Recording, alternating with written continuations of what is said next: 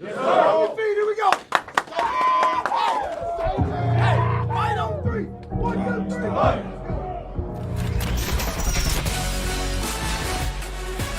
Oh, what a great look inside the ULM locker room. That'll fire you up for ESPN College Football Primetime, presented by Dr. Pepper. As we welcome you inside Malone Stadium in Monroe, Louisiana, the home team, ULM Warhawks, 3-1 for the first time in a decade, taking on the undefeated 4-0 James Madison Dukes.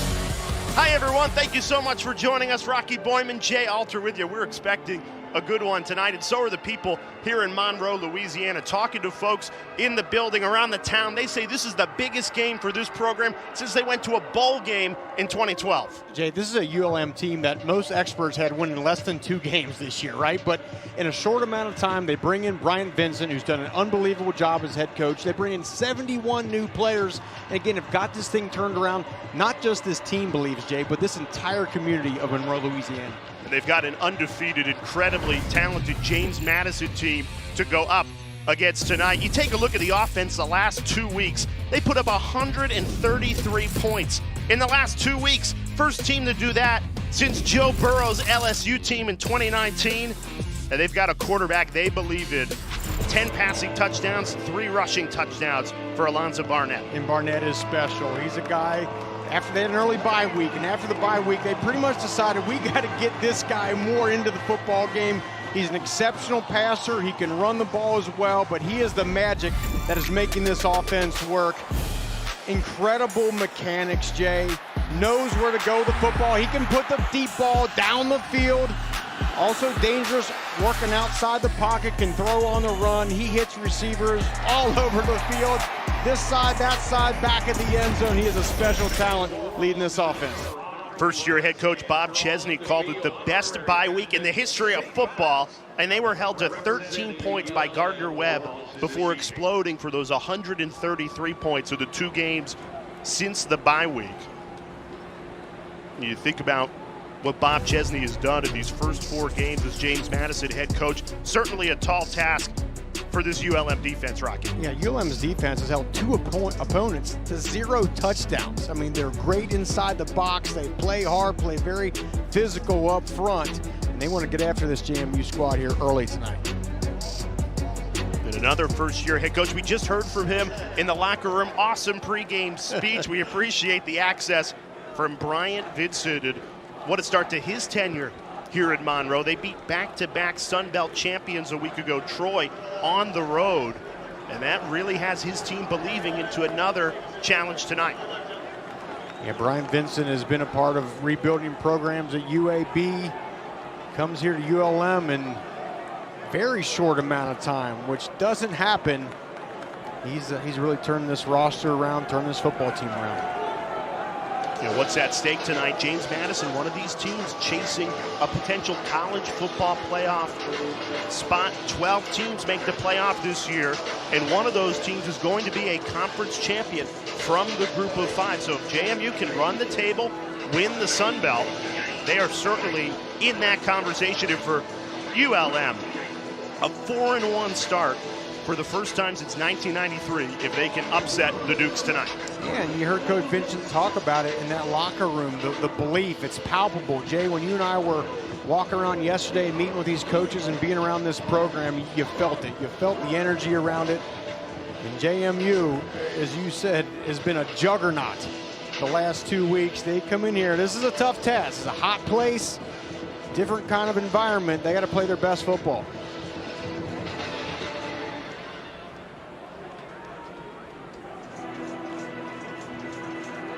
You know, the calendar flips to October, and you're going to hear more and more people talking about the college football playoff. We just mentioned one of those group of 5 school conference champions is going to be in there. James Madison, second in the nation in terms of chances to reach the playoff, according to the All-State playoff predictor. That is entering today Boise State the most at 40%.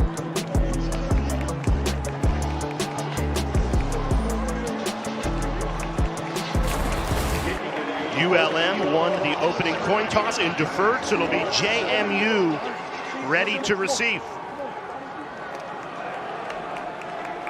A Dukes offense that put up 70 against North Carolina 2 weeks ago, 63 against Ball State a week ago. They will get the ball first. Max Larson in the all-black for the Warhawks, set to kick it away. Tyler Purdy and Cam Ross ready to receive in white. We are underway in Monroe. Here's Ross, a couple of blockers. Upended just past the 30. Good starting field position for Alonzo Barnett and his James Madison offense. We mentioned those 133 points in the last 2 games. First team to score that many points in consecutive weeks since Joe Burrow's 2019 LSU team. And what a story for Barnett, who was the starter a year ago, benched. Looked like he really was done at James Madison. Gets a second chance with a new coaching staff and has made the most of it. He has made absolutely the most of his second chance here, playing exceptional right now. Barnett spins out of a tackle, still on his feet. Alonzo Barnett, nowhere to go there. Still positive yardage, a gain of 4.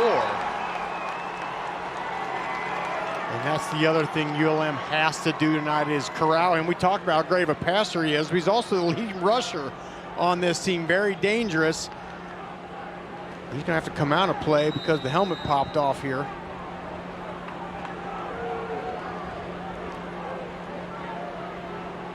And it's not the backup quarterback, Dylan Morris, the transfer from Washington, who comes in for this one play. J.C. Evans, the freshman quarterback, is going to come in for a play here. You know, Morris was touted all offseason as the starter, big-time transfer from Washington. Barnett wins the job at fall camp. Evans on a quarterback keeper. Right up the middle, gain of 5, sets up a 3rd and 1. It's very interesting. First 2 plays of the game, JMU does quarterback runs right up the middle, which is right in the teeth of the strength of this defense here. I would think you'd want to get the ball, spread it out, get the ball to the perimeter of the fields, try to stretch the D out, then maybe hit it up the middle. Big 3rd down here. Barnett back into the game, trips to his left. Tyler Purdy in the backfield. Purdy gets the carry, tried to go right up the middle, needed 1, got 2 to keep the drive alive.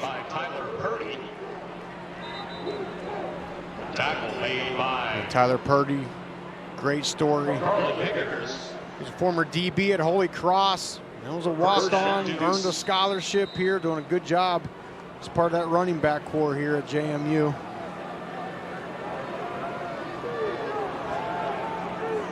Not only did Purdy walk on at Holy Cross when Bob Chesney got the job at James Madison, he followed without a guaranteed scholarship, walked on here as well. Slant route, big play here. Yamir Knight finally taken down just shy of the 25. It's a gain of 30. And here it is, Jay. They spread the field, get that defense spread out. Nice little slant route. Stick the foot in the ground, and then just take it all the way across the field over the top of the safety. Going quick here. Barnett took a shot to the end zone. Nobody home. He was trying for Amarian Dollison there. And that's a great matchup to watch tonight if you're at home. Dollison versus Carlin Viggers, #1, the cornerback for ULM. He's a future NFL prospect, long, fast. He's got to come up big here tonight.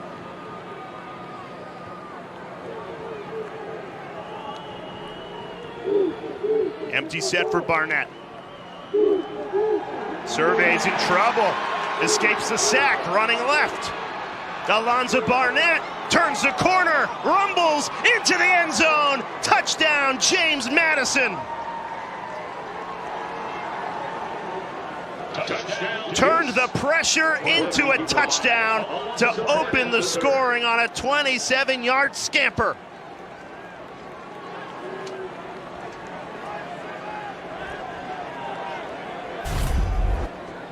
And ULM had what they wanted. They had their best pass rusher down the bottom of the screen. #5, Billy Pullen. He's scot-free, but he can't bring Barnett down. We talked about his escapability. Shoots out to the left side. You see the speed and how frustrating. You got the perfect defense called, and the player just makes a play. make it 10 straight touchdown drives for James Madison. 9 a week ago against Ball State, and Alonzo Barnett showing off his legs to open the scoring. 7-0 Dukes. Let's review. We're not going to talk about traffic or weather. If anyone brings up lawn care, I will handle it. Hosting can be extremely difficult for young homeowners turning into their parents. Oh, are you done with this? I'll just take that. Okay. He's still drinking. Right. Oh, look what the cat... Nope. Let's try again. You wouldn't mind? It gets ugly. You can either take it off or I'll take it off you. Yeah. Progressive can't protect you from becoming your parents, but we can protect your home and auto when you bundle with us. You loved it. Take Doesn't it. want it. Prime Big Deal Days is coming October 8th and 9th. With exclusive savings just for Prime members, you'll feel like a big deal. Shop deals on electronics, fashion, and more this Prime Big Deal Days, October 8th and 9th. It wasn't hard. With Cologuard, I did it my way. Cola, huh? Cologuard. Cologuard is for people 45 plus at average risk, not high risk. False positive and negative results may occur. Screen for colon cancer in your home, your way. Ask your provider for Cologuard. What a start for Alonzo Barnett and this James Madison offense. They've been rolling. We mentioned it. 133 points in back-to-back weeks. 70 against North Carolina, 63 last week against Ball State, and now 10 consecutive touchdown drives for Bob Chesney's offense. And Alonzo Barnett did it with his legs on that one. A 27-yard touchdown, Rocky.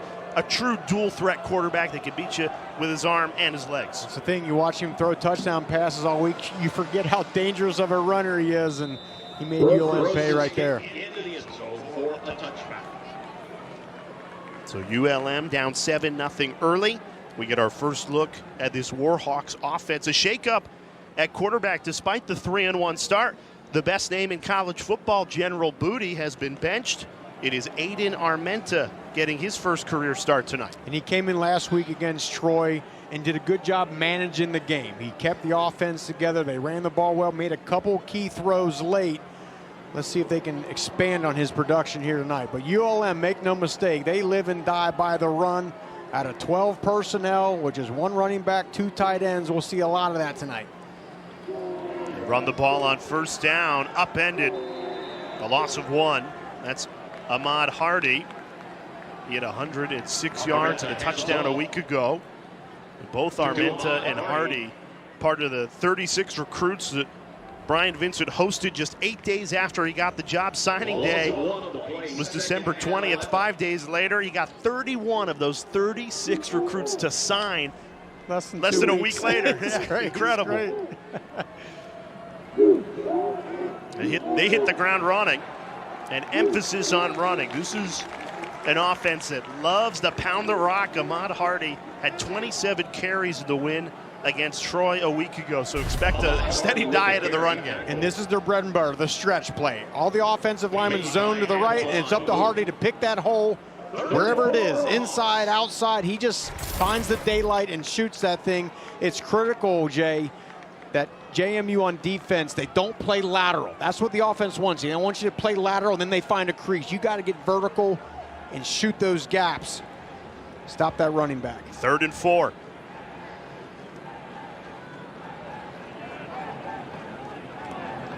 Armenta rolling left, throwing for the first time today. Great catch. Jake Godfrey, the fellow New Mexico transfer, hauls it in for the first down. Love it. That's a great confidence booster for the young quarterback who's making his first start. Pick up the first down, rolls right into the blitz, away from his throwing arm. Nice job. Armenta comes over from New Mexico, spent 1 season with Brian Vincent, who was the OC for the Lobos a year ago. Armenta, New Mexico native, was the player of the year in that state at La Cueva High School. Play action throwing on first down. Pass is incomplete, but a flag flies into the secondary.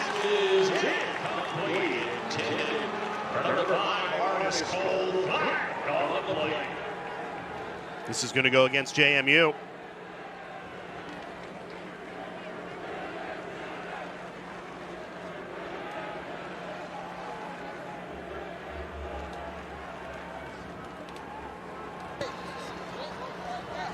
Pass interference. Defense number 13.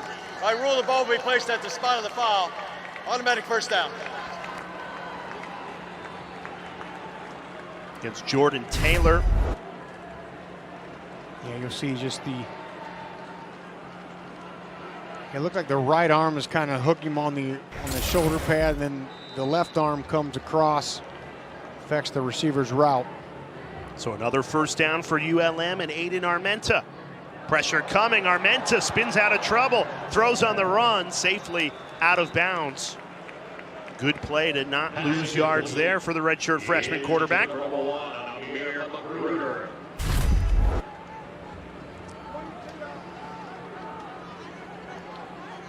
Good job. There's Eric O'Neal with their best pass rusher. Has 3 sacks on the year. Splits, just like I talked about, Jay. Got to get vertical, penetrate, forced a bad throw.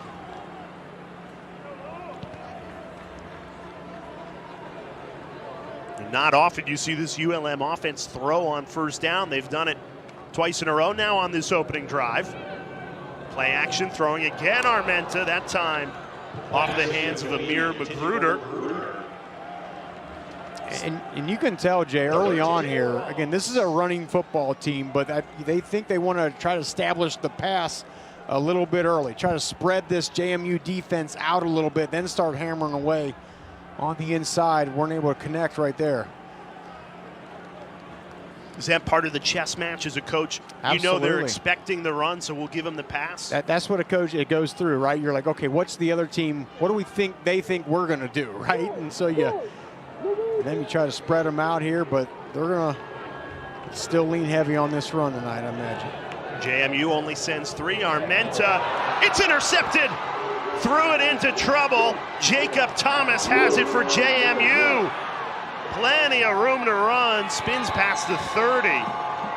And James Madison leads all of college football in takeaways. That's their 14th on the season. 10 of those are interceptions.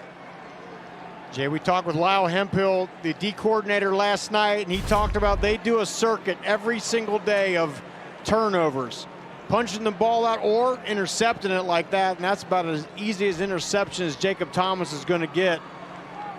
Nice job converting on the ball, and you just wonder if you're ULM, do you not just try to stick to that run, stick to what you're good at early on, then maybe go to that pass?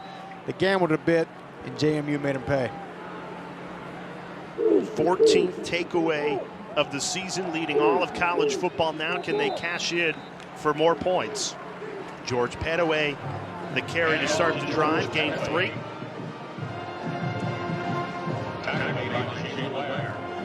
Rocky, when you can turn teams over, every coach talks about it every single week. You win the turnover battle, you give yourself a chance to win the football game. Well, if you got an offense that's scoring 13 touchdowns in 2 weeks, you keep giving them opportunities, they're going to keep lighting the scoreboard up. So, yeah, get that ball back to that red-hot offense. Good things happen. Barnett overthrows Ymir Knight. Set up 3rd and 7. ULM defensively trying to hold after the interception. So impressed with Barnett, got the pedigree, 2-time state champion high school. His dad played quarterback at North Carolina A&T, so it's in the genes, right?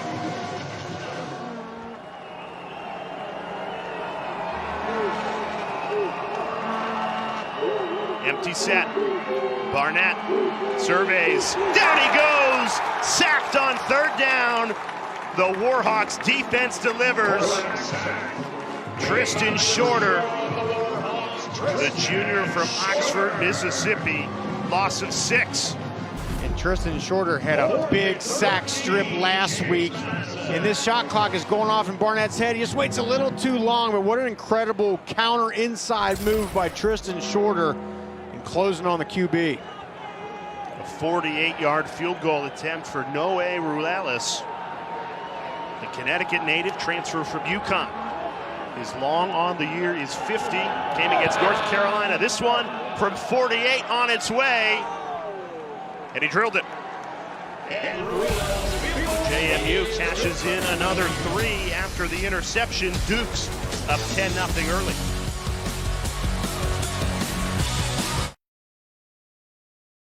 I'm the team mascot, and boy, am I running late. Ow, what a hit. And if you don't have the right auto insurance coverage, the cost to cover that might tank your season. So get Allstate and be better protected from mayhem, like me. Prime Big Deal Days is coming October 8th and 9th. With exclusive savings just for Prime members, you'll feel like a big deal. Shop deals on electronics, fashion, and more this Prime Big Deal Days, October 8th and 9th. The odds your kid could go pro. The odds a water leak damages your home. Don't test your luck with a leak. Detect and help stop leaks automatically with Moen. When you have something to get done today, getting everything you need today is helpful. Order online at Ace and we'll deliver same day. Or we'll have it ready for pickup in 15 minutes. Ace is the place with the helpful hardware, folks. ESPN College Football Prime Time is presented by Ice Cold Dr. Pepper. College football, it's a pepper thing. Now, Bob Chesney has worked his way up the coaching ranks. His first head coaching job started at Salve Regina, Division III school in Newport, Rhode Island, then bumped up to Division II at Assumption University, and then 6 years at Holy Cross at the FCS level. The two constants through those 14 years, winning, number one for Bob Chesney, and he said recruiting great character. Doesn't matter if it's Division III, Division II, FCS, or now FBS.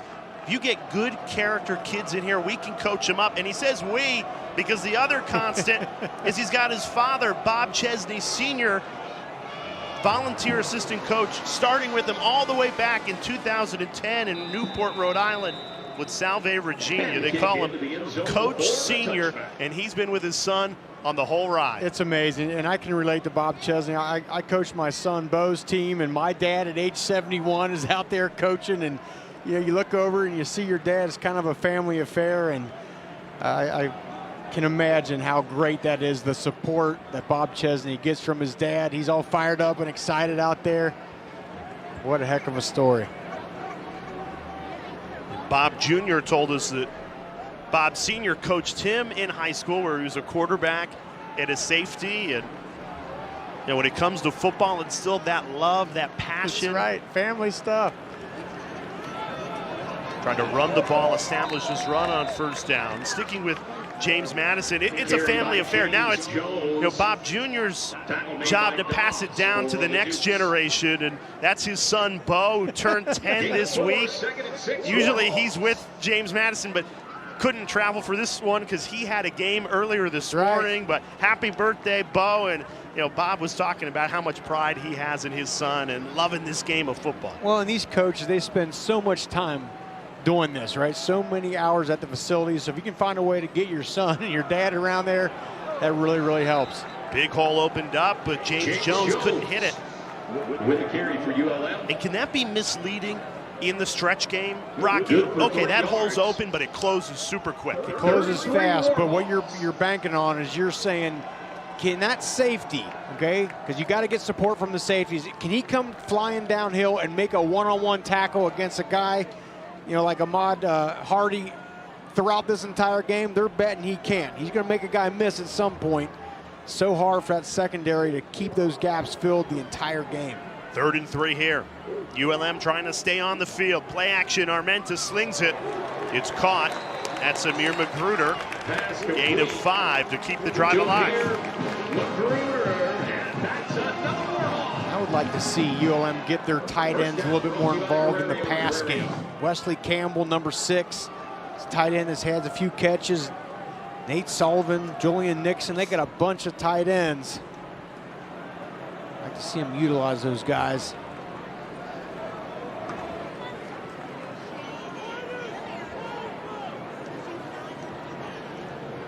Play action on 1st and 10. Armenta throws. It's caught. Middle of the field. Artis Cole, his first grab of the day into James Madison territory. Gain of 15. Artis Cole, is just his 2nd reception of the year. And what a great route concept there. They get Devon Wells streaking up the sideline, and then Artis Cole comes back underneath. Another good, confident throw there by Armenta. In his first career start, trying to shake off the opening drive interception. Into JMU territory, running on first down. That's James Jones, number 4 in black, the junior for Baltimore, Maryland, gain of 5. And even right there, Jay, Jacob Thomas, the safety, did a good job flying down in there, but he makes a shoestring tackle. He's not there. James Jones running down the field. Yeah, Jones already 3 carries tonight. He had only 3 carries all of last week. See motion the tight end, Julian Nixon, back in the backfield. They go right back to Jones, rumbling forward, gain of 2. Sets up a 3rd and 3. Good for 2 yards.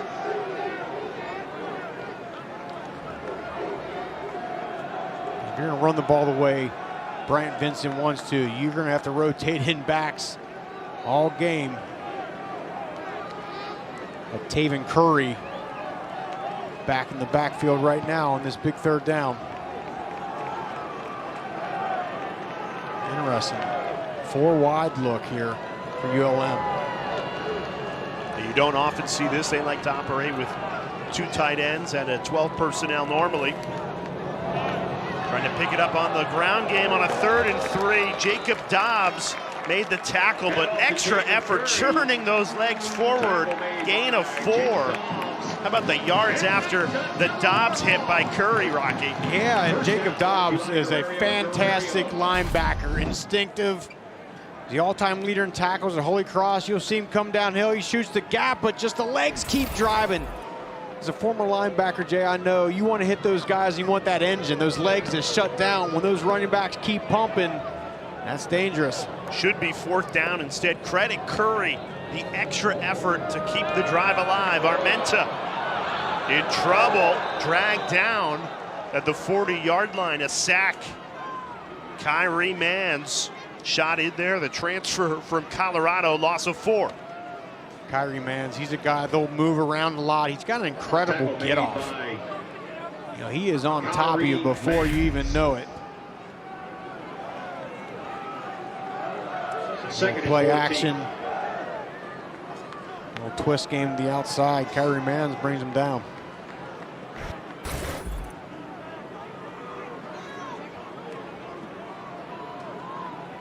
#12th sack of the season. Everyone wants to talk about JMU's offense. The defense has been pretty good too. So they lead the country in takeaways. You see 2nd in the Sun Belt in sacks. And this is these slant routes. JMU's secondary is playing off, so they're happy to take these slant routes a little bit behind. Magruder is still a ball you'd like to see him come up with. Now here we go, 3rd and 14. The line to gain is all the way at the 26-yard line. ULM is 3 for 4 on 3rd down. 10th play of the drive. Armenta dialing up a deep ball. Pass is incomplete. Amir Magruder was the intended target, and Jordan Taylor there in coverage. And JMU decided to bring some pressure here. They wanted to light up Aiden Armetta. It's just a fade route down the sideline. You're saying, who's going to win, our guy or their guy? In incredible coverage on the outside by Jordan Taylor. He got in phase, Jay, had his hand on the wide receiver's hip, and then turned his head around and made a play on the ball. Textbook.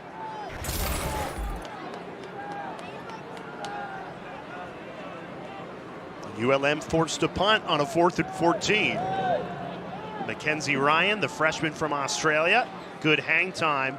And Ymir Knight calls for the fair catch at the 6-yard line. James Madison, offense back on the field, up 10-0. Some people just know they can save hundreds on car insurance by checking Allstate first. Like, to check your spelling first before taking off your shirts. Stu, Virginia. So check Allstate first for a quote that could save you hundreds. Prime Big Deal Days is coming October 8th and 9th.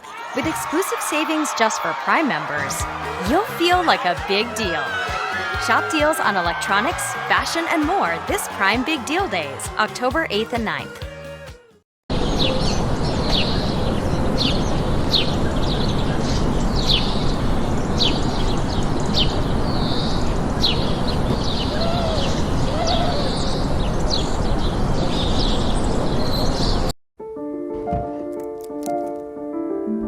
Treat yourself to rich Ghirardelli chocolate and luscious caramel. Experience Ghirardelli caramel squares in a bag and a bar. Makes life a bite better.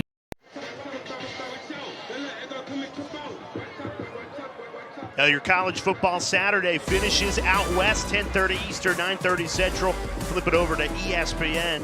Number 8 Miami taking on Cal. What an atmosphere that was. College game day early this morning, 6 a.m. local time. I think they got there loud and before proud. 6 a.m. Those guys were breaking in, and they were excited to have their first college game day experience. It was awesome. Love when college game day goes to places they don't often go to. Right.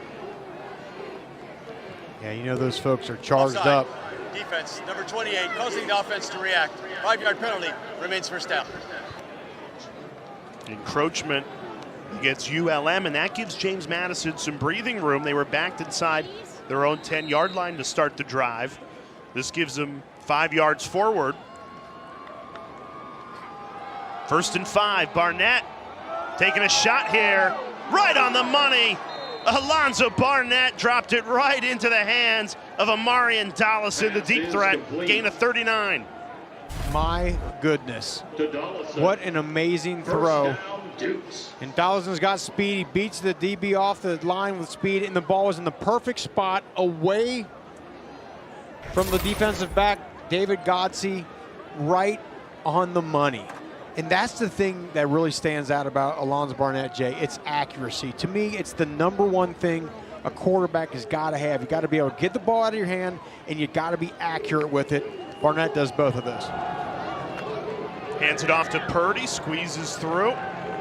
Solid gain on 1st down for the Holy Cross transfer, Tyler Purdy. What a well-balanced offense, right? I mean, they've done about everything. Short passing game, deep shots down the field like that, the quarterback run game. Now we're getting Tyler Purdy on a counter play back to the other side. They just throw so much at you that as a defender, you're on your heels out there. You can't figure it out. And then the formations too, Jay. Here we go, 3 wide receivers into the boundary. Barnett looks that way, throws, wide open, good catch. Yamir Knight again with his second grab. Pass is complete. And that's what you got to love if you're a wide receiver for JMU. The ball gets spread around. It's not just Amarian Dollison out there is making all the catches. Plenty of guys are getting the ball thrown in their direction. Last week, 4 different wide receivers had touchdown catches. If you've only watched JMU these last 3 weeks, you would never believe this offense only put up 13 points against Gardner-Webb, but a special bye week. They are rolling. Stop that time, Petaway, no room to run. And Bob Chesney went into detail with us about that bye week. He said he went and he broke down every play of that Gardner-Webb tape. And, you know, it's at 2 a.m., right? He spends all this time just seeing what needed to change, and it was little things, but the main thing was, he said it was apparent, we've got to get the ball in control of Alonzo Barnett more. Let him put that ball in the air more, let him run around more, and it has worked. One of those changes moving offensive coordinator, Dean Kennedy, you see him there, down to the sideline, and we joked, you're never going to call a game from the booth again. It's been an offensive explosion, and JMU trying to punch it in again. Good open field tackle to deny the 1st down. Gain of 4. Carl Funtroy, the safety.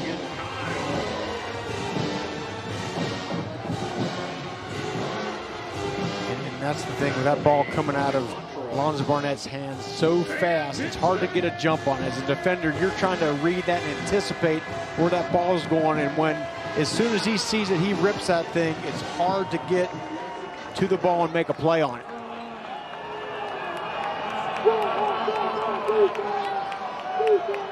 3rd and 4 at the end of the first quarter. Alonzo Barnett gets it out quickly, and it's broken up, incomplete. Again, Funtroy, the safety, was there to deny Taji Hudson. 4th and 4 here. What do you do, Rocky? 4th and 4. I kicked this field goal, but it looks like Bob Chesney's going to be aggressive.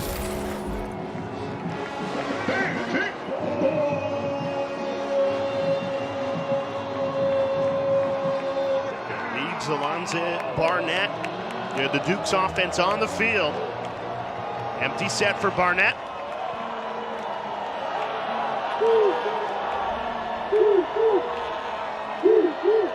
Big moment at the end of this first quarter for ULM defensively. Barnett in trouble, blown up in the backfield.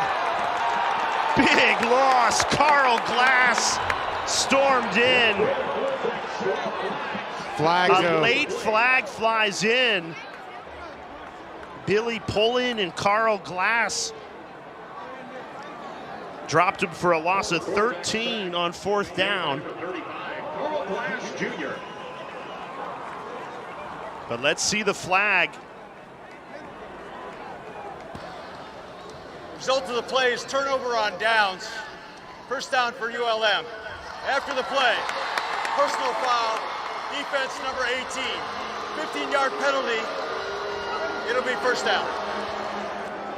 So because the personal foul came after the turnover on downs, it'll be ULM ball. They just won't get as good field position. ULM chose to light him up, and it's that right there.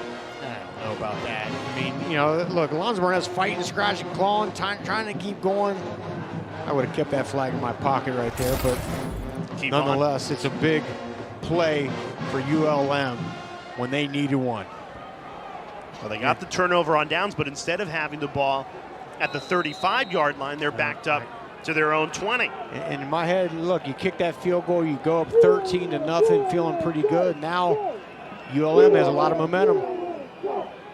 They fake the pitch. Armenta throwing on first down. They are airing it out a lot more with Armenta than they did in the first 4 weeks with General Booty at quarterback. And that does it for this first quarter. Now ULM gets that turnover on downs, but before that, it's really been all James Madison. The undefeated Dukes on the road, up 10-0 after 1.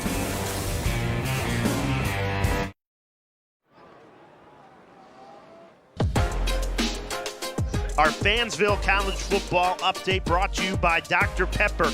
It has just gone final. Vanderbilt knocks off number 1 Alabama. You never know what's going to happen on a college football Saturday. And how about the service academies, Army and Navy, a combined 10-0 for the first time since 1945. I'm anxious to see what happened in that Vandy-Bama game. How the heck did they stop Jalen Milroe? That guy's exceptional, but hats off to Clark Lee and everybody at Vandy. Unreal. Rocky Boyman, Jay Alter with you here in Monroe, Louisiana. It's funny, oftentimes you hear Vanderbilt is the toughest job in all of college football. You know, playing in the SEC, and obviously their academic standards stand out, and sometimes you can't get the quality of player you need to compete in the SEC. Well, no excuses. Upsetting number 1 Alabama. Party it up in Nashville tonight. Oh, they will. I lived there for 4 years.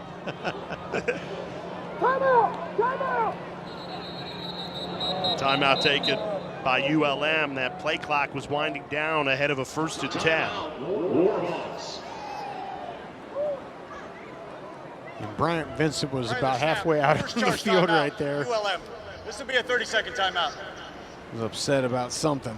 Well, Bryant Vincent would argue Vanderbilt is not the toughest job in all of college football. He told us it's right here at ULM, and that's not an excuse. He was excited about taking this job, knowing it's the hardest job in college football. And we asked him why, and he just said, the lack of winning. You need an energized fan base, and you haven't been to a bowl game since 2012. You've never won a bowl game. You've never won a conference championship. So you've got to build something out of nothing. Last 4 seasons, just 10-36. So the fact that they're here on a Saturday night. 3-1 to start the season. Remarkable. It's exceptional. And Bryant told us yesterday, he said, I knew what I was getting into. I knew that, and he said, this is the toughest job in college football here. He's done a great job turning around so far. Out of the timeout, Armenta steps up, nobody open, gonna tuck and run. Past the 35-yard line, gain of 4. Trent Hendrick, the junior from Richmond, Virginia, made the tackle. ULM passing the ball much more than they have all year. Usually they pass about 30% of the time tonight, 53% of the time. So clearly they're trying to be a little bit more balanced.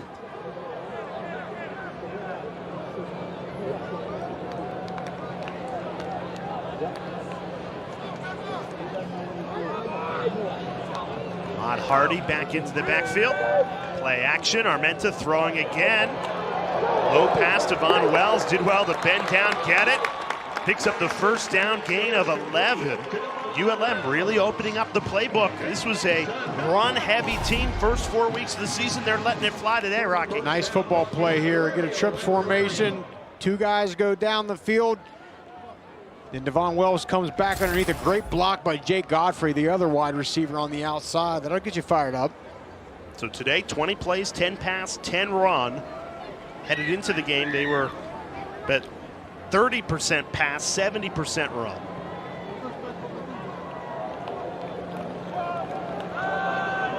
Back to the ground game here with Hardy. Slipped one tackler, brought down, gain of 5. What a phenomenal freshman campaign it has been for Ahmad Hardy. Pride of Mississippi. This move he makes here is special. Watch this, stretch to the outside, wide open, unblocked defender. Whoop, just a little sidestep, jump cut to the outside. What a talent. And Coach Vincent told us yesterday when he got the job, Ahmad Hardy was his #1 target as a freshman. He wanted that guy in this building, and he's made a huge difference. He said it was his first phone call, brought him to campus 6 days later. He signed on December 20th, just 13 days after Vincent got the job. It's remarkable, 73 new players. How do you get a team to bond and play for each other the way ULM has when you have so much new blood in your locker room? You got to have a guy like that. You got to have a Bryant Vincent who's been there. He's done it before at other stops, and his just unshakable will and belief in the players and coaches on this team is what has injected the belief in the team. They play hard, they play fast. 3rd and 8. Armenta steps up, throws right on the money. First down, Warhawks.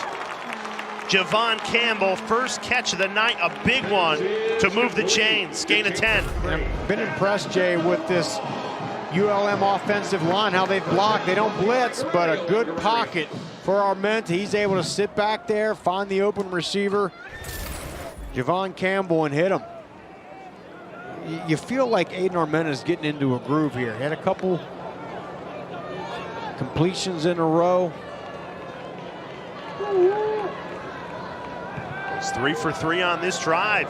Sets his feet, throws again. Dangerous pass, and it was almost intercepted. Kyrie Mans, the defensive end, dropped into coverage there and almost had a pick. That's unbelievable, because this is such a tough job. He's rolling to his right, and they're trying to shoot the receiver Wells, their best wide receiver, up the sideline, and it's the defensive end who goes into coverage and stops that play from happening. You know ULM thought they had a big one coming right there, but an incredible play by Mann stopped it. There's defensive coordinator Lyle Hemphill. His defense leads the nation in takeaways with 14. They already have one tonight. Right up the middle, the freshman Hardy. Only gained 2 and sets up another 3rd and long. I enjoyed talking with Lyle Hemphill yesterday. I told him, hey, everyone's talking about your offense, but your defense is playing pretty well also. And he told us, look, it's not a coincidence that we lead the nation in takeaways. Every single day, we do a takeaway circuit, 6 drills. We rep it over and over, building habits that show up on game day. And it's already shown up in this first half. 1 interception, maybe another here. Here's pinned back on a 3rd and 8. JMU sends pressure. Armenta throws off his back foot. Good arm strength. Just a couple of feet away. He had Artis Cole. On the run, pressure coming. Armenta had plenty of arm there. Just a little inaccurate. Yeah, they put the formation in the boundary, but it's the pressure. Not able to stop that pressure. They looks like they brought 6. Tried to make an acrobatic catch there at the end, putting the ball up in the air. But what a great scheme design right there by Lyle Hemphill. 2 drives for ULM that have stalled out right at the JMU 40-yard line. Second time they've been forced to punt from Duke's territory. Mackenzie Ryan trying to pin them deep, bounces right at the 1-yard line. You can't do it any better than that. The freshman Mackenzie Ryan pins JMU at their own 3. Great job. Hey, play the field position battle. You're only down 10. A fantastic punt. Now JMU's got to go the whole field.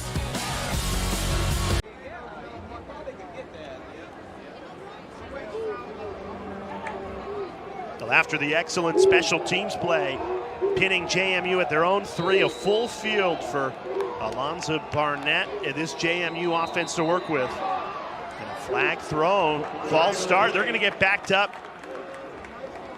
to their own 1-yard line here. Offense number 66, half the distance to the goal line, remains first down. And I'll tell you what, Jay, I mean, if you're ULM, you're feeling good about what's going on. You weathered the early storm. JMU jumps out 10-0 quick, but you put a couple stops on the board. Now you got their offense backed up here. Need a big stop. You can get the ball back with some good field position. Do you send pressure here, try and get a safety? I think at some point you do. With Barnett standing in his own end zone and plays blown dead again. Play had not been sounded.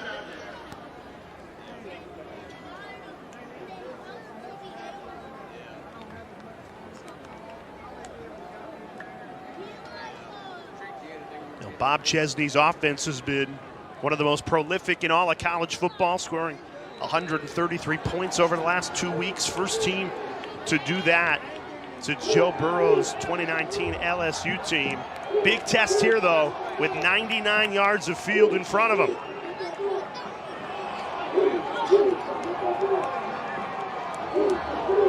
Barnett just goes under center, trying to push that pile, get some breathing room, but that pile's not moving. The ULM doing a nice job loading the box and making sure that Barnett couldn't get much yardage. Yeah, they saw Barnett go in that tush-push formation there with Tyler Purdy right behind him. Got a little bit of breathing room.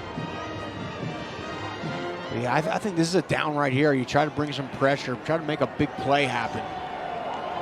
Back to the original line of scrimmage. 2nd and 10 from their own 3.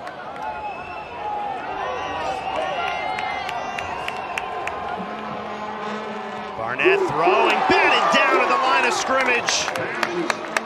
Trevor Randall, the senior, got his hands up.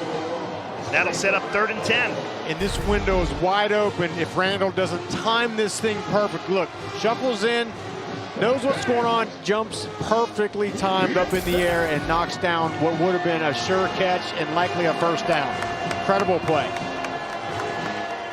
Now what you do here, Jay, you're probably going to bring some pressure, but you got to make sure you do not let one of these wide receivers behind you, because Alonzo Barnett has proven that he can get the ball down the field and put it on the money.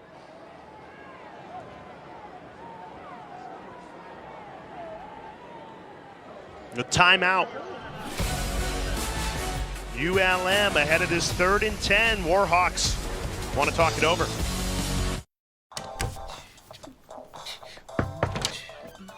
Hey, Flo. Cool leg warmers. Thanks. They're just for the bus ride to work. They're not part of the official uniform. No tunes today? No. My apartment was robbed last night. Took my cable-ready TV, VCR, portable cassette player. Yep, all the latest tech. If only Progressive had renter's insurance, like their home insurance. Then we could bundle our cars and get the same 24/7 protection. I think we just invented that. This is the best day ever. Well, I still got robbed. It's still a pretty good day. Faraway places, far away over. Why choose a mobile network built for places you'll probably never be, instead of for where you are most of the time? Xfinity Mobile was designed for where you need it most.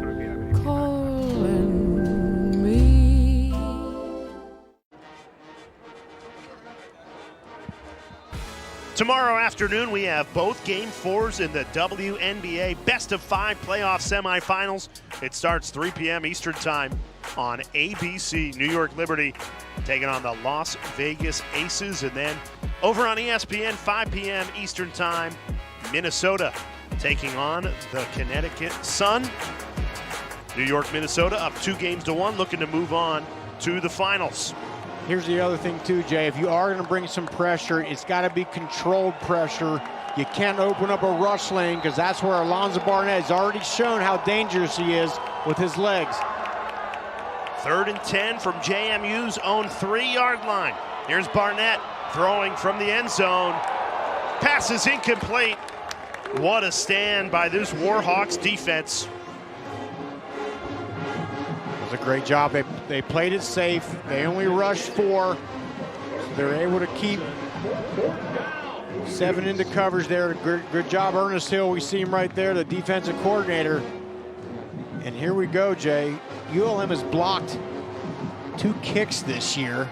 Have to imagine they're going to sell out and try to block one here in the end zone. And punter Ryan Hansen is backed up the back of his own end zone. Heel on the back line. No breathing room. Hansen gets it away cleanly. Wells calls for the fair catch at the 50.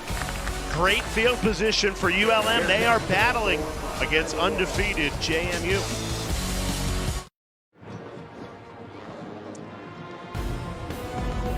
Kick off your Week 5 NFL Sunday with the Countdown Crew, 10 a.m. Eastern.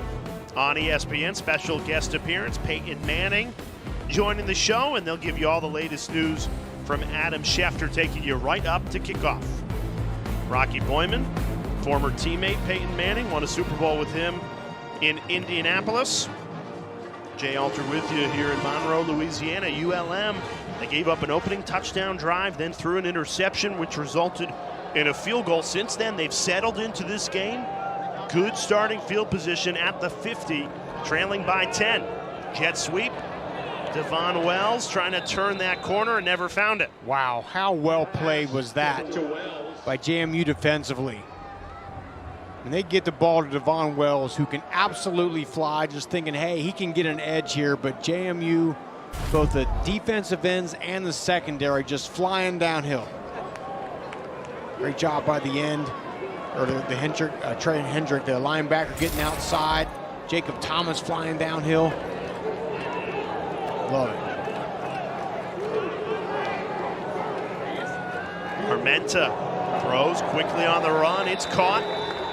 Set up a 3rd and manageable. Tyler Griffin, a gain of 5.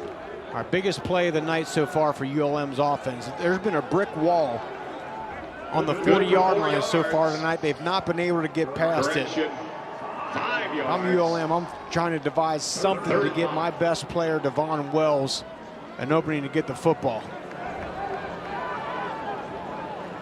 They have trusted Aiden Armenta's arm tonight. He's thrown 15 passes just in this first half. He came into the game 13 passes in his entire collegiate career. It's Wells in the backfield. Unique formation. Armenta throws, quick hitter again. This will be very close to a first down. Jake Godfrey. They mark him 2 yards shy, so 4th and 2. What do you do here, Rocky? I think you go for it.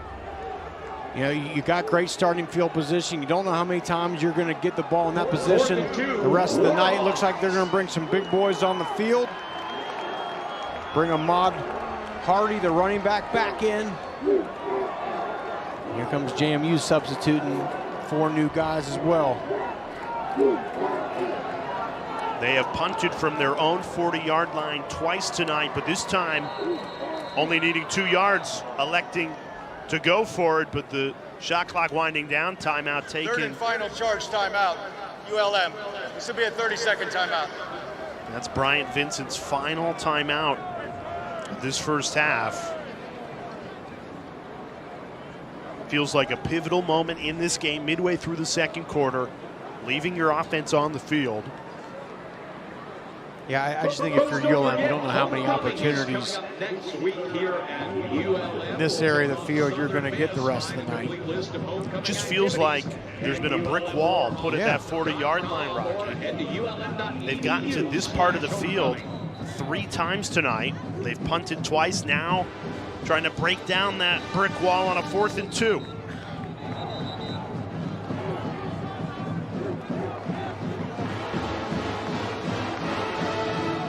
Now they bring Ahmad Hardy off the field. They bring James Jones into the backfield. Jones, 6'2", 205. Devon Wells to the slot, to the top of the screen. Look his direction.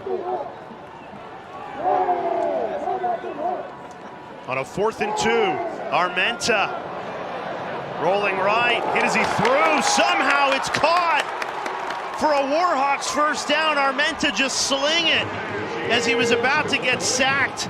Ryland Green, the tight end, was there to answer the prayer. Now that is a play that will kickstart your offense and your team. Bootleg out to the right, falling down, somehow finds Ryland Green amidst all the trash there. Just a great job by the young quarterback, staying alive, but keeping the eyes down the field. He wasn't looked at the rush. He was coming down, but still able to find the tight end. Finally have broken through that wall on the 40-yard line. Not exactly how Bryant Vincent drew it up, but it counts all the same. Gain of 1 there for James Jones. This is what you want if you're ULM. Just, you know, a drive, keep moving the ball down the field, keep Alonzo Barnett and that red-hot offense on the sideline. This game's playing out really exactly how Bryant Vincent would want. Now, if they can capitalize with a score, they'll feel they'll be in business. They are out of timeouts for the rest of this first half. James Madison has all 3.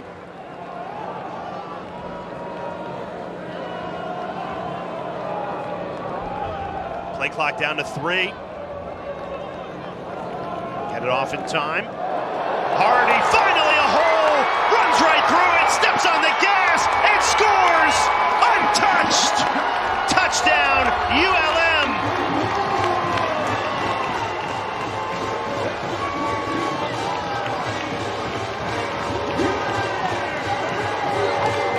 A phenomenal freshman season continues. 38-yard touchdown.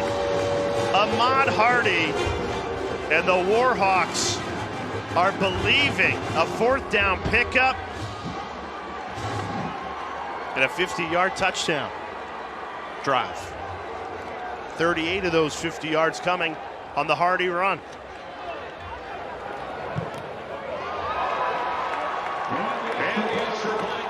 The extra point just squeezes through. Well, I told you, Jay, the hard part about the stretch plays, you got to have someone in every gap, and you can do it a few times a game, but at some point, a guy like Ahmad Hardy is going to make you miss an incredible cutback. You saw the daylight, cut it back inside, back across the face of the defender. It's such a hard play to stop, but a guy that makes it work is a guy like Ahmad Hardy, an exceptional zone runner. Patience, patience, patience. See the daylight, boom, hit it. And then he's got the speed to outrun everybody to pay dirt. Hardy's 4th touchdown of the season puts ULM on the board tonight. I credit, Rocky, their ability to stay in this game because JMU has been bulldozing at teammates Bryant Vincent fired up over on the Warhawk sideline. JMU scores that opening drive touchdown. Then ULM throws an interception. You think this thing could get out of hand in a hurry. They hold to a field goal after the interception. They steadied themselves in this game, now only trailing by 3.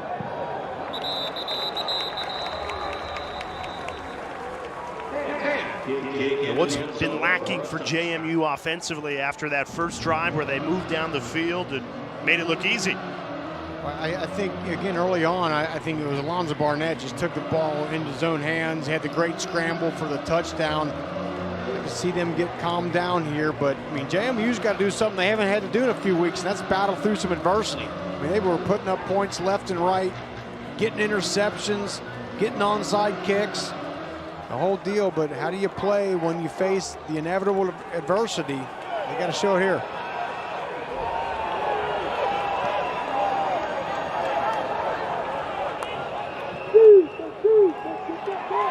Head away, spins out of a tackle, but swarmed. Taken down after a gain of 3. You said the correct word, Jay, swarmed. That's what this defense does. Billy Poland did a good job there. Devontae Wells. They make you earn every yard out there.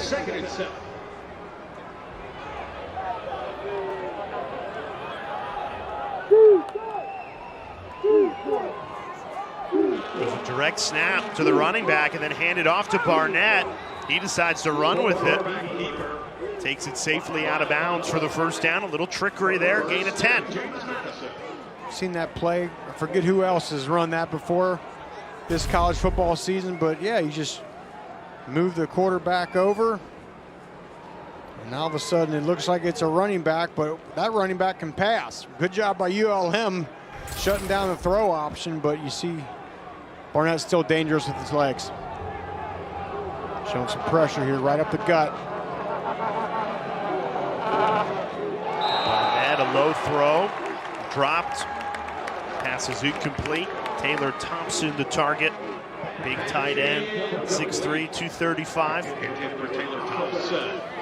ULM tonight has done a great job just picking the right times to bring the pressure and when to just bring 4. That time they forced a bad throw.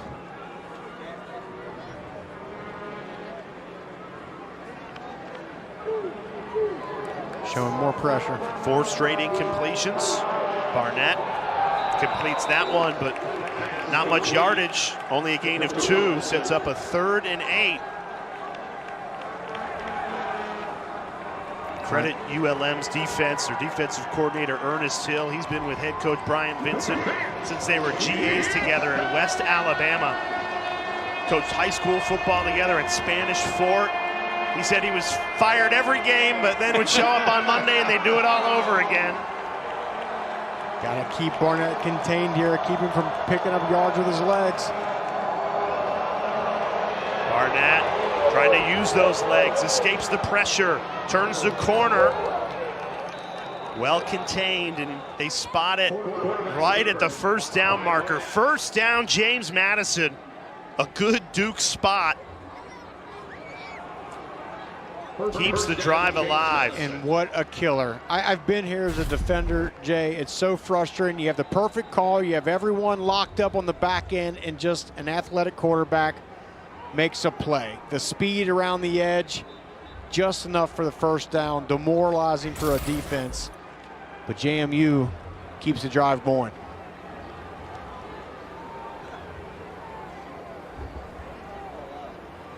So they spot this ball at the 48-yard line. Player from the defense had a helmet off after the play. Please reset the game clock to 3 minutes and 45 seconds. 3, 4, 5, and the play clock to 40 seconds, and we'll start on my signal. This ball spotted at the 48. That's a good spot. Yeah, Devontae Wells' helmet when it came up. Yeah, looks like he fell on the defender, which able just a little bit more time to pick up the first down. Up the middle, gain of 2 to the 50. George Pettaway's been the lead tailback for JMU in a deep running back room. The transfer from North Carolina got some revenge beating his former team, the Tar Heels, 2 weeks ago. I'm JMU. I take a shot here at some point here. Defense a little bit down after giving up that long third down. Try to light them up. And they trust Barnett's deep ball. An explosive offense known for the big play. Barnett never had time to get rid of it. Big sack. Davin Anderson and Carl Glass Jr. exploding through. Loss of 11. And they were trying to go downtown, Jay, and watch the defensive lineman right there, and Tyler Purdy, the running back, just goes completely right through him. Davin Anderson, what an incredible football play. Shoots the gap, runs over the running back, and creates a huge play. 3rd and 19. Play clock down to 1.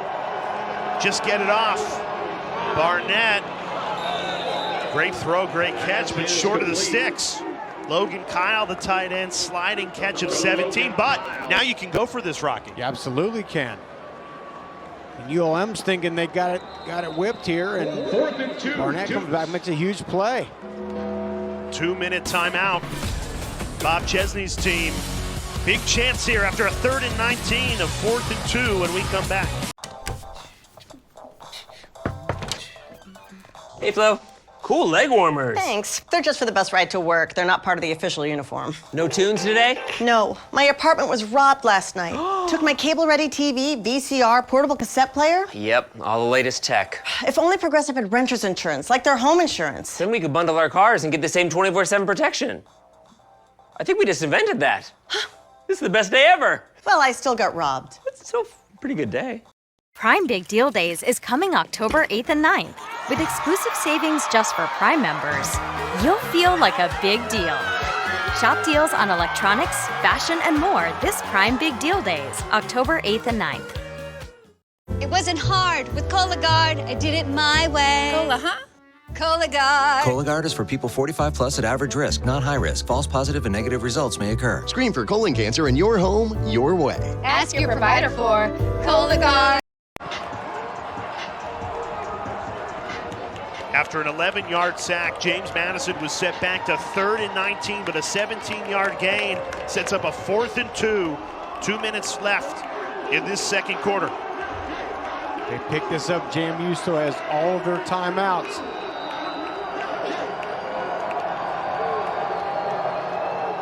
Barnett goes under center. Might be trying to get ULM to jump here. And a flag is thrown.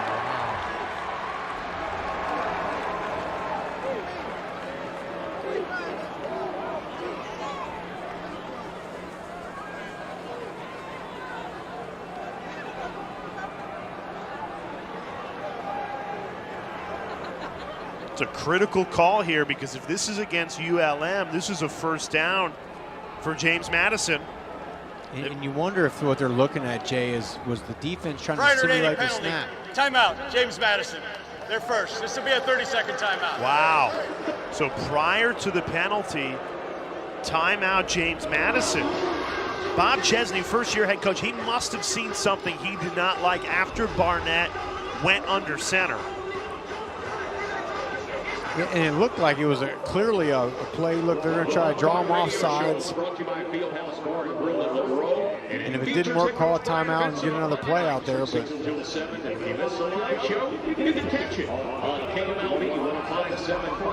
timeout gives us an opportunity to remind you our Week 5 Monday Night Football matchup.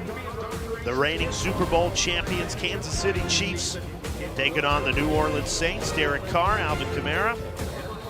Saints in Arrowhead, 8 Eastern, 5 Pacific on ESPN, with Peyton and Eli Manning on ESPN2. This is still technically Saints country. I saw some Saints logos up at the restaurant we were at last night here in Monroe, Louisiana. Talking to the folks at the restaurant, they said this is the biggest game ULM has had since their bowl game in 2012. Big opportunity for the defense, trying to get a turnover on downs, and this time the flag will count. False start, James Madison.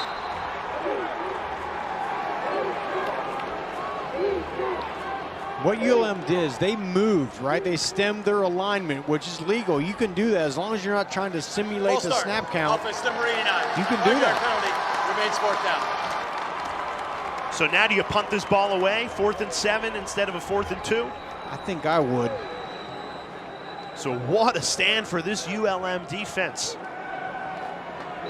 And you fall down 10-0 in this game. You feel like it might be getting away from you. Biggest game that they've hosted here, maybe in program history. The bowl game was obviously neutral site in 2012. But that's what ULM did. They got off to a bad start here, but they were able to rally the troops, put up a stand, made a couple stops on defense, and then finally, last drive, their offense puts together a scoring drive, and here we are right where Bryant Vincent and this ULM team wants this football game. This has become a disaster for JMU. What was 4th and 2 is now 4th and 12 after the delay of game. What an opportunity for the Warhawks here at home.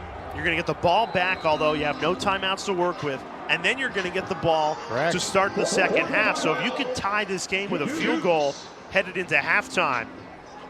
If I'm ULM, though, I get this ball. I want to let's try to move the ball, but let's not get greedy. Let's not try to force something. Because JMU, we know what they do. They turn the ball over. They still have 2 timeouts.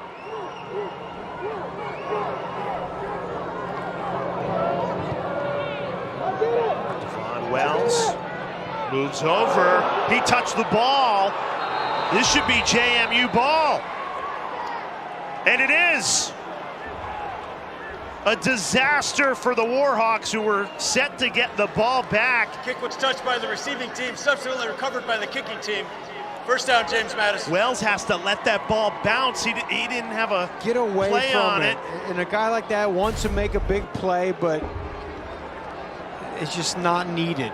You're going to get the ball, good field position. It's the left run elbow. The clock out. Oh, that's what I was talking about. Just cannot have a critical mistake at this juncture of the game. He started moving to his left way too late to field that ball cleanly.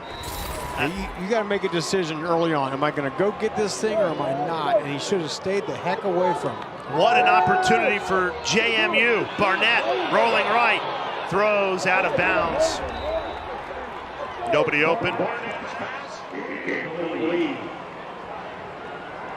This is a big ask of a ULM defense that has battled in this first half. They get the stop on 4th down, force the punt. Push him back, yeah. And you're back on the field because of a special teams error by Devon Wells. I'll tell you what, if ULM can hold JMU to a field goal here, you got to feel really, really good about it.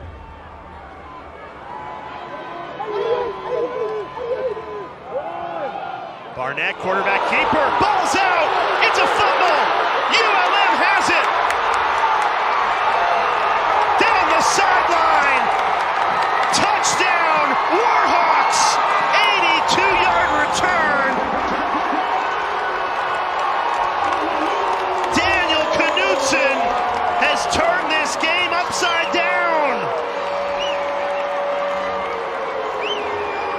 82-yard scoop and score fires ULM in front. Tell me you don't love college football. Muffed punt.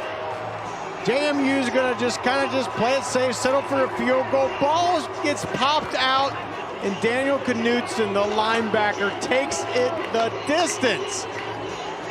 Incredible turn of events here.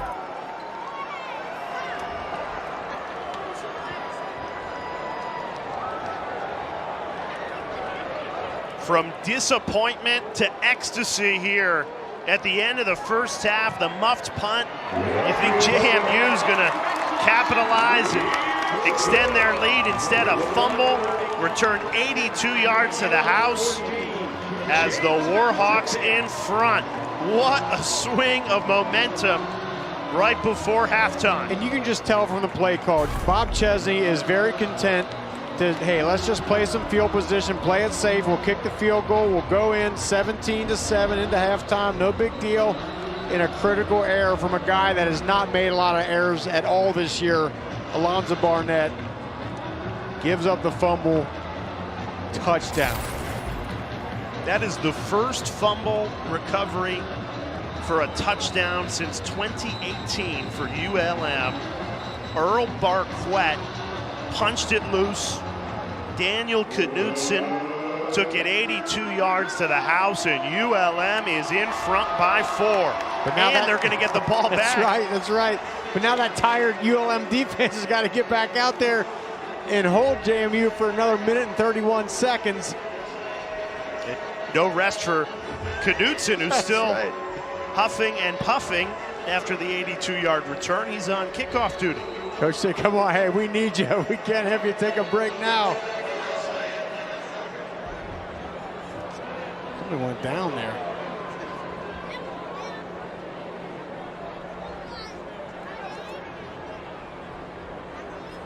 Scores from the Sun Belt. Marshall 52, State 36. Nick Torres, the senior linebacker, is down for ULM ahead of the kickoff. Coastal Carolina 21, Old Dominion 17. At the half, the Raging Cajuns 17, Southern Miss 13. And Thursday night game, Texas State 38. Certainly hot tonight. He's grabbing that hamstring like a cramp. Telltale sign there.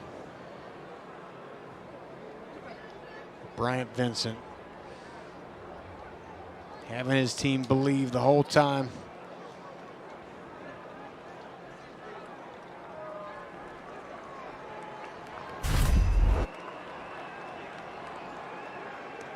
You see Torres right there. He's lined up for the kick and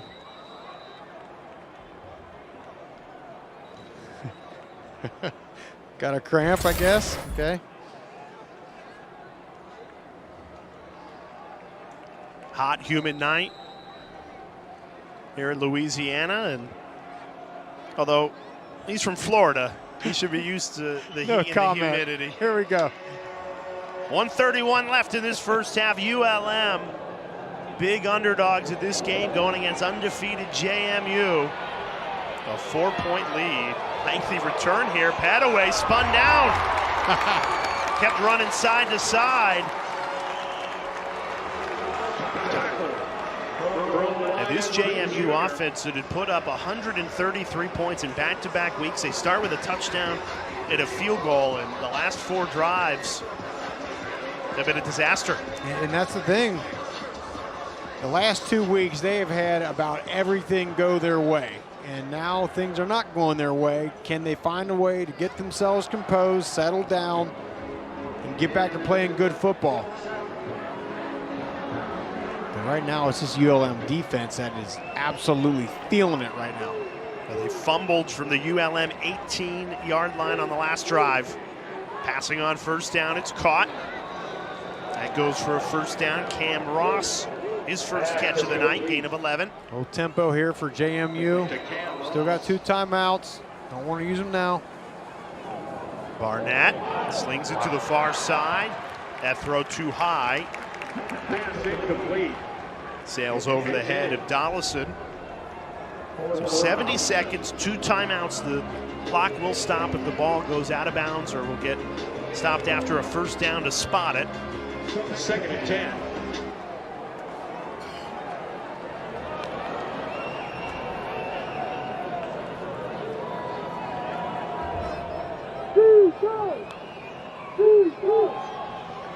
Run the ball with Wayne Knight, a broken tackle. That's a first down for JMU. Clock stops to spot it. Like that play call there, you have to think ULM's thinking pass, hand the ball off, get up to the line.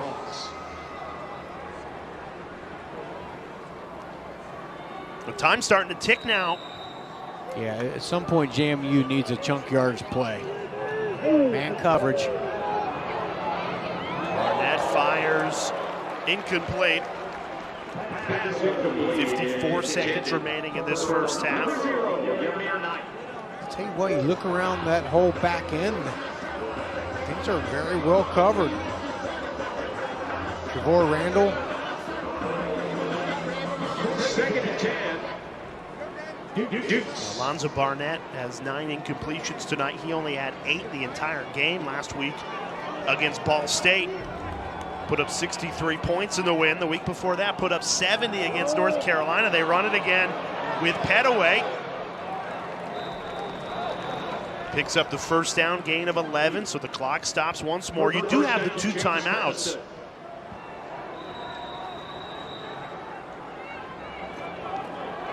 Into ULM territory. And a false start before the snap.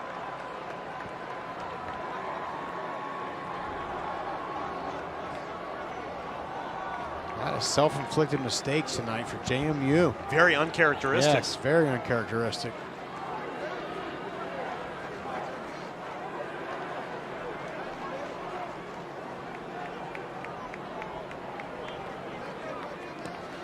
False start, offense. All the 11 players were not set prior to the snap. Number 89. By rule, that comes under a 10-second deduction. James Madison is elected to use the timeout to prevent the 10-second deduction. So Bob Chesney, to avoid a 10-second deduction, a runoff, uses one of his 2 timeouts. So now 1 timeout remaining for the Dukes. You have to do that if you're Chesney, right? You have to do that, but now I think it switches the philosophy of, hey, now let's just try to use the 41 seconds and the 1 timeout we still have left to get in position for a field goal. Not having that extra timeout is crucial when trying to get a touchdown here. Had to do it.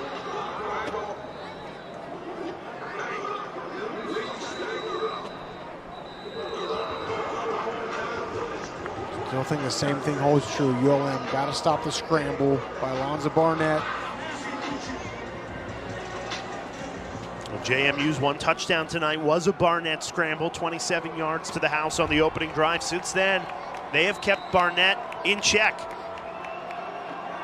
1st and 15 after the penalty, 41 seconds, 1 timeout to work with. Barnett checks it down.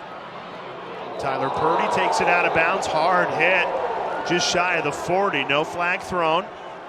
Randall laid the lumber there. Great hit by Randall there. Did a good job getting out of bounds. 2nd and 6.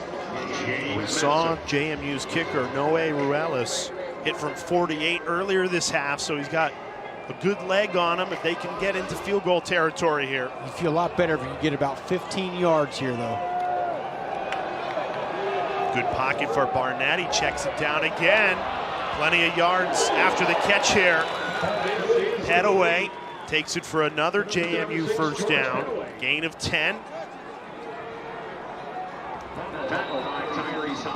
First down, James Madison. JMU, think about taking a shot here. Let's see if you can just put one in the end zone. Clock ticks under 20. Barnett scrambles, throws out of bounds, just got rid of it. Alonzo Barnett's pass, incomplete.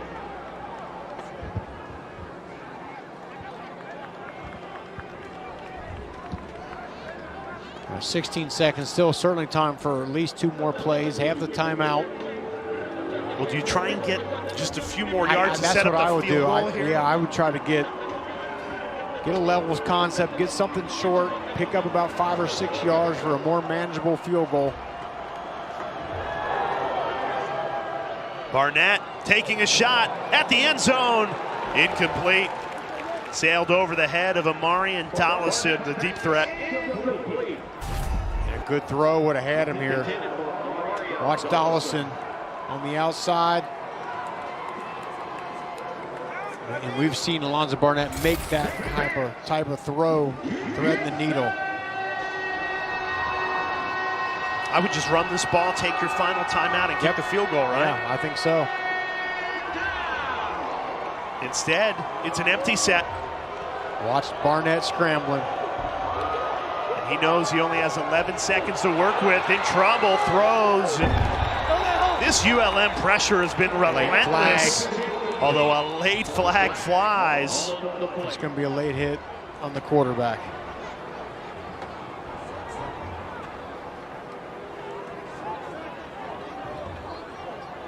That's a backbreaker if you're ULM. Roughing the passer.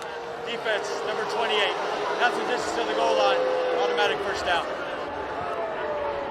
Called against Anderson. He had his hands up. He was giving himself up before he even made contact. That's a good sell job there by Alonzo Barnett. You have 6 seconds here. And the ball's spotted at the 16-yard line. So if you're Alonzo Barnett, you have 4 seconds to get rid of this football, or else you jeopardize there being enough time to kick the field goal. Offsides will get him 5 yards closer. Looked like Ramil, the left tackle, jumped. Number 77, 5-yard penalty, remains first down. A false start, not so 5 yards farther away. Yep. Same thing, self-inflicted mistakes for JMU. And now the field goal unit is out, which might be for the best, because I don't know if you can get that play off and still have time to kick the field goal. You'd be trying to call a timeout with about 1 second. That's too risky. Noe Ruelas connected from 48 yards earlier tonight. This one from 39 to make it a 1-point game headed into halftime. And he puts it straight through. So that finishes the first half, a scrum after the field goal kick.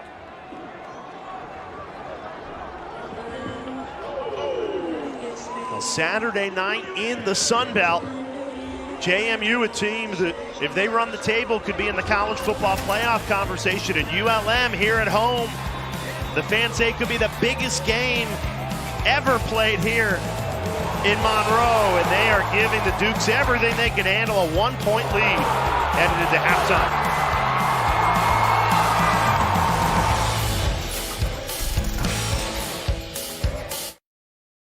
Watching ESPN College Football Primetime, presented by Dr. Pepper. Now, Saturday night in the Sun Belt here in Monroe, Louisiana, and ULM, the underdogs, of 14-13 against undefeated James Madison. Little Fun Belt after dark. Rocky Boyman, Jay Alter, buckle up.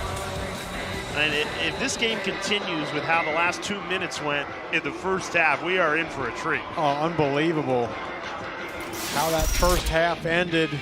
And let's go ahead and take a look at it. So, looks like ULM's going to get the ball back with a muffed punt by Devon Wells. And okay, JMU's going to probably set up for a field goal. Ball pops out of Alonzo Barnett's hands and all the way to the house. Daniel Knutson, the linebacker, takes it in, shifts the momentum back in ULM's favor. But I'll tell you what, JMU right at the end of that half, able to get a field goal and make this a 14-13 game. That was critical. There's Barnett, the JMU quarterback, staying loose over on the Duke sideline. We are underway in the second half. ULM, a 1-point lead. They start with the ball. Aiden Armenta making his first collegiate start.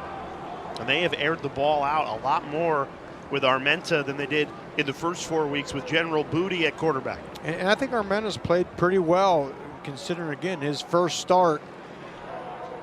But ULM got to find a way to keep generating some offense. And you know, with kind of their MO, they want to run the ball well here in the second half, keep Alonzo Barnett and that offense on the sideline.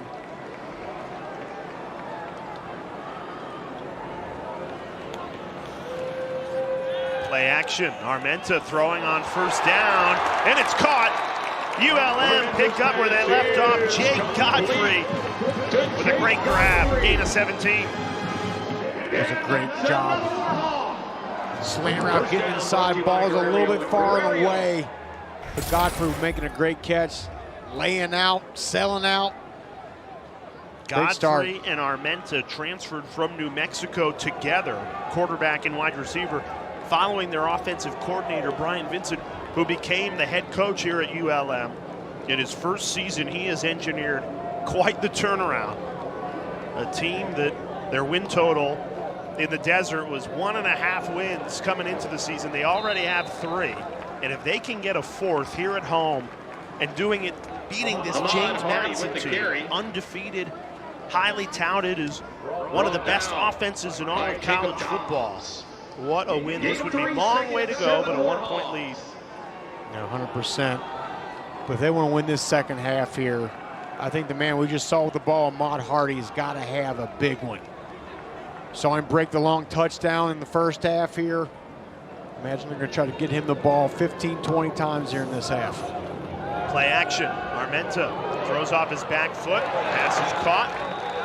The tight end, Nate Sullivan, upended. Loses 1.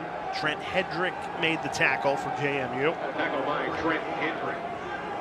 32, ULM. Correction, 38, ULM.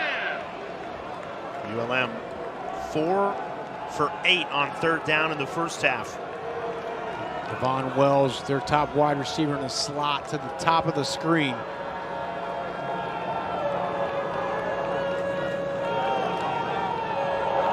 Movement before the snap. A flag comes in. Both lines pointing at each other. Let's get the call.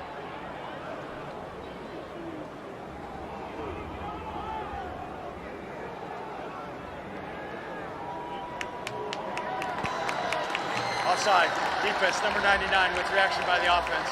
5-yard penalty. Remains 3rd down. Eric O'Neill, number 99, bottom of your screen, jumps first. So a 3rd and 8 becomes 3rd and 3 here for ULM. That's another self-inflicted play by Bob Chesney's team. Very uncharacteristic. Their 7th penalty. It's huge because they can run the ball here if they want.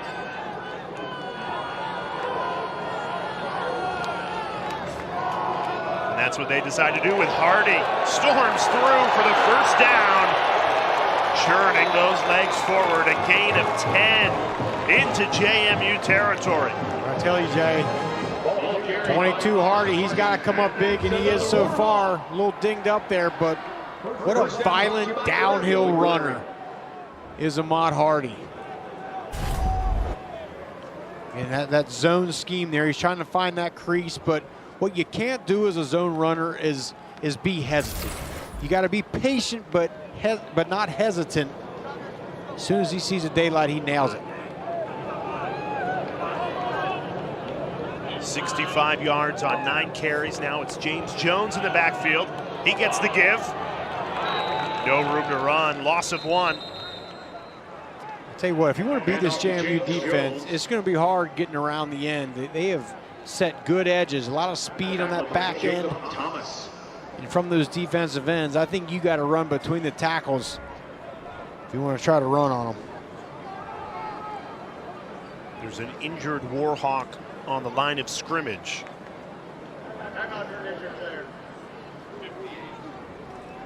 It's the left guard, Elijah Fisher, a junior from Allen, Texas. And you see Hardy putting his glove back on. After that 1st down run, he wound up coming off the field. Looks like he's still getting some attention.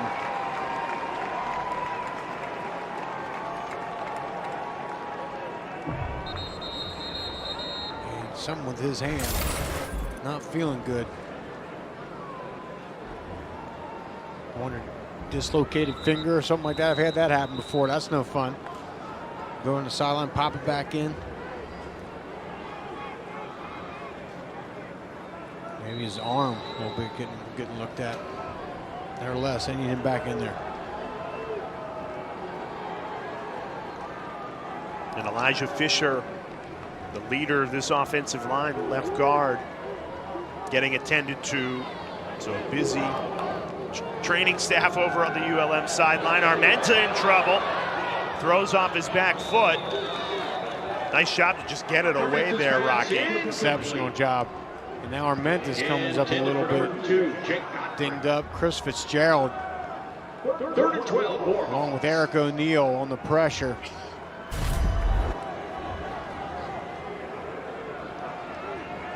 What a great swim move there by Fitzgerald. That's a big boy there, 305 pounds with a quick swim, getting in the backfield.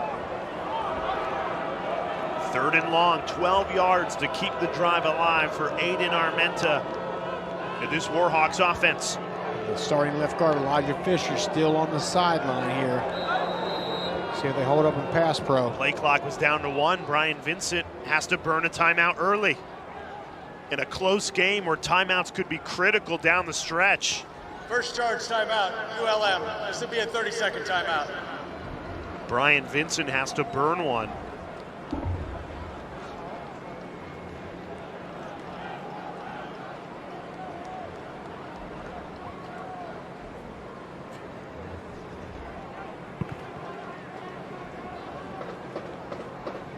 Two first-year head coaches on the sidelines today, inheriting very different jobs.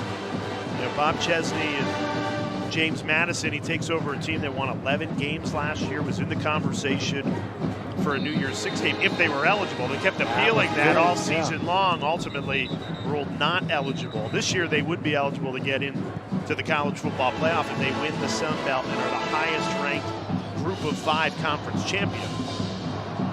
And then for Brian Vincent, you're taking over one of the hardest jobs in all of college football. He told us it is the hardest job in college football. They only won 2 games last year. They've already won more this year with 3. And they're knocking on the door right now, competing against one of the best teams in the Sun Belt. 3rd and 12. Throwing, passes high. Over the head of Amir Magruder. ULM's going to be forced to punt here. This is the 3rd time they're going to punt the ball from James Madison territory. So they've done a nice job moving the ball, getting into Duke's territory, and then it stalls out right around the 40-yard line. Right. This is a similar recipe to the first half. Brian Vincent knows they're so close.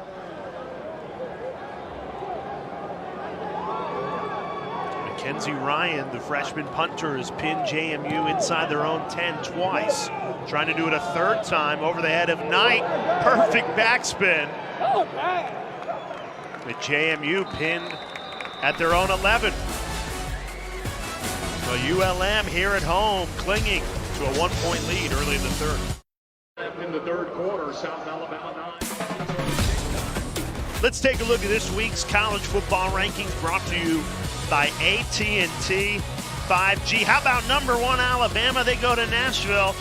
Biggest upset of the season. Vanderbilt takes down Bama 40-35. Tennessee in a tight one at Arkansas. Missouri went down too. So some SEC carnage on a Saturday in October. And speaking of carnage, Jay, that is the downtown streets of Nashville. And let me tell you, as a guy who has spent a lot of Saturday nights in Nashville, that town is booming right now. Look at that, carrying the goalpost. That is spectacular. Wow. Rocky Boydman played 4 years for the Tennessee Titans in Nashville, drafted by that team. I mean, they don't need a goalpost to have a good time, but it'll help. That's right. You add that to the mix. That is That's too the fun. next level. That is what college football is all about, and you never know what's going to happen on a college football Saturday. James Madison in our game here in Monroe, heavy favorites coming in, not just to win today, but to potentially make their way into the college football playoff as a conference champion out of the group of 5, and ULM trying to spoil the party, leading by 1 5 minutes into this 3rd quarter. Yeah, they're one of the front runners, JMU is. UNLV loses today, so that catapults JMU further up that list, but they got to come down here and get a win, but a tough go at it here so far. After the Alonzo Barnett opening drive touchdown, this JMU offense is stalled. Can't get anything going on the ground. George Pettaway stuffed there. And if I'm JMU, I'm finding a way to get Alonzo Barnett more involved in the run game. He had the early touchdown scramble. He had a big scramble for a long third down. Let's get that quarterback some lanes here, and let's let him go to work with his legs a bit. 3rd and 3. ULM's defense has delivered time and again. Can they get another stop? Flag flies before the snap. Tanner Morris, the center, moved. Offense, number 58, 5-yard penalty, remains 3rd down. Another self-inflicted mistake by JMU. 8th penalty tonight. Wow. And a lot of them have come in costly spots on 3rd and 4th down. So a down where you might be able to run the ball, likely going to have to put it in the air here. 3rd and 3 becomes 3rd and 8. Pressure coming. Barnett rolling right, in trouble, and it's incomplete. ULM's defense delivers again. And the best thing they did, Jay, was as Barnett is coming out of the pocket, they contained him, and then a great job undercutting the receiver by David Godsey, the cornerback. Kept Barnett contained, didn't allow him to get his shoulder squared and turned upfield, forced a poorer throw than he wanted to make. Bunt.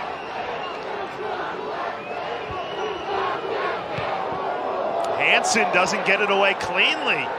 Total missed punt. And this will be excellent starting field position for the Warhawks. They'll get it from their own 45. Punt only traveled 24 yards. Random Fandom takes Monroe, Louisiana, and this is Bo Benoit. He doesn't go anywhere on campus without that ULM flag. Total super fan. He's a student in his junior year. Homemade helmet. He made that himself. That's the best. Look at the helmet. And not only does he support ULM at every single football game, he goes to all Warhawk sports. There he is in the student section. He's got the flag, he's got the helmet. You can't miss him. He's in the bright pink for Breast Cancer Awareness Night. And I think he did a pretty good job on the helmet replicate, good, right? yeah. Spot on. It's a hard thing to do. Those new lids that ULM has, looks great. And after ULM touchdowns, he'll take that flag and run the length of the field. And he might have to get the flag going because this is a ULM touchdown. There's a flag down at the 50, but as it stands, a Devon Wells 55-yard strike.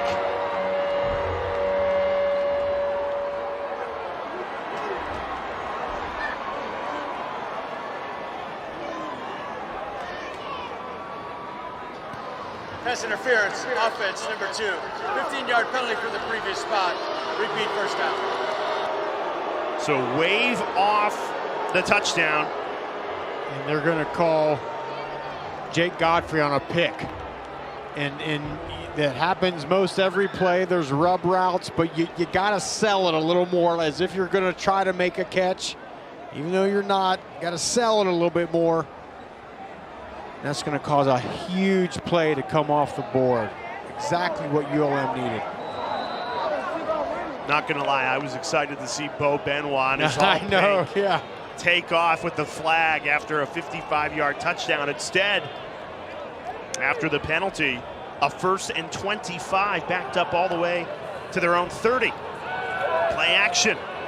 Armenta throwing deep again, and this time overshot his receiver, Javon Campbell, by 5 yards. Yeah, good coverage on the outside there. 2nd and 25, Warhawks. Yeah. Bo's saying, come on, give me a big play here so I can go nuts in the stands here with this flag. I can't get over the homemade helmet. I know. They have a mouthpiece on it too. What was that some kind of clip on the front. I love it. The great Bo Benoit, ULM super fan. And he made it clear, I'm not just a football fan. I go to every single ULM sport. He said he only applied to one school. It was ULM. That's the only place he wanted to go. Only a gain of 1, 3rd and 24 upcoming. Tough to hear with the helmet. That's the, yeah, I think the downside of that. I think it's squeezing the ears a little bit. Things a little tight, but I love it. That's what Random Fandom's all about. Yeah, we've had a lot of fun with that. I would say ULM needs to get him like an authentic helmet, but the homemade one is much better. Yeah, it does the job. Yeah. Totally does the job. 3rd and 24. Remember, a 55-yard touchdown was negated earlier in this drive. Now just trying to keep it alive. JMU sends 4. Armenta lets it fly. Spectacular catch. Godfrey hauled it in. Gain of 15. Still 9 yards short of the line to gain, but Armenta's definitely growing into this game after that opening drive interception. He definitely is, Jay, and that's another great job. He's done well throwing on the run off to his right.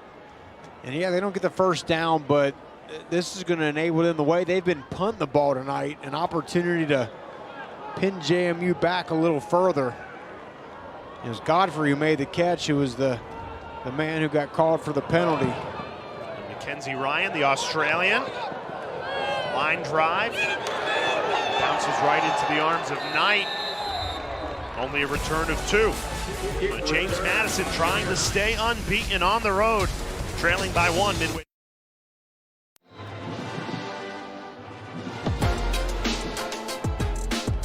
Now entering the Saturday, according to the All-State Playoff Predictor, James Madison, a 30% chance to be that Group of 5 conference champion that makes it in to the CFP. Expanding to 12 teams this year, including those 5 conference champions. One of those 5 conference champions represented will come from the Group of 5. And James Madison is hoping it'll be them. They are in trouble on the road, trailing by 1. Barnett scrambles, gets free. Finds Ymir Knight wide open for a gain of 15 to start the drive. I feel like you got to explain the 12-team college football playoff a little more.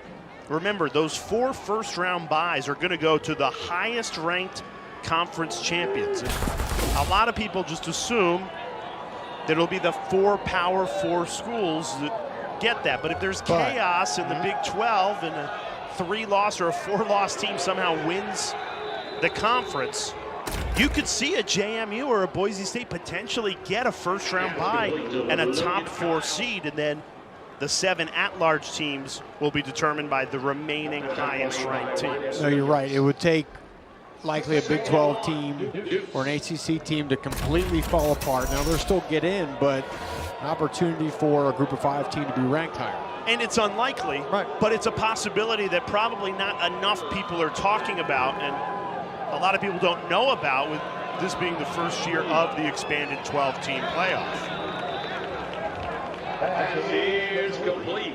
The easy breakdown is the top 5 ranked conference champions get that automatic bid. Top 4 of those 5 earn the first round bye. And then the remaining 7 bids go to at-large teams based on who is the remaining highest ranked teams decided by the committee.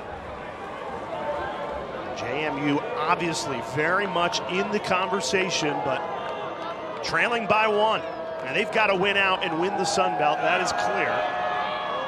They have gotten a handful today. Deep ball, pass is incomplete. And for as good as Alonzo Barnett has been throwing the deep ball the last 2 weeks, and he's been terrific. Yeah. Maybe the best in college football. But he's missed a few struggled tonight. Yeah, he struggled right there. Even the pass before, where he hit Ymir Knight, is a little bit behind him, so there can be no yards after the catch. Bob Chesney's got to find a way to talk to Alonzo Barnett, calm him down a little bit, get him back in the groove. Coming into tonight, Barnett 8 completions of 30 yards or more. Tonight, he only has 1. What is ULM doing to contain Barnett in the passing game? Well, I think the first thing they're doing, they're taking away the run. And they're forcing a lot of short throws, but they're breaking up on the ball. They're throwing a lot of slant routes, but ULM's defense is tackling, right? And there's not many yards after the catch. That's the key. You can give up some routes, but you can't allow the yards after the catch. That's what JMU's been living on, but not so far tonight. 3rd and 1, critical play as we tick under 5 minutes to go in this third quarter. First down, James Madison. They keep the drive alive with George Pettaway. And on to George Pettaway. One last thing, Rocky, to mention about James Madison as we talk about the college football playoff picture. A lot of teams won't be, or a lot of people won't be surprised to hear their name based off how good they were last season. But they lost their entire coaching staff, 96% of their offensive production. They only returned 4 starters. Yeah, the only returning starters are their center, their right guard, their punter, and their cornerback, Chauncey Logan. And they're undefeated. They don't rebuild, they reload at JMU. They are getting tested tonight by ULM. That pressure has been relentless on Barnett. These guys run to the ball, and they've done a good job for the most part of keeping an edge on Barnett. Watch, he's trying to escape to the outside. Yes, he wants a throw option, but there's been times where he's able to just run that thing around the end there, but he can't. That was Cavante Wells making him pull up and throw an errant pass.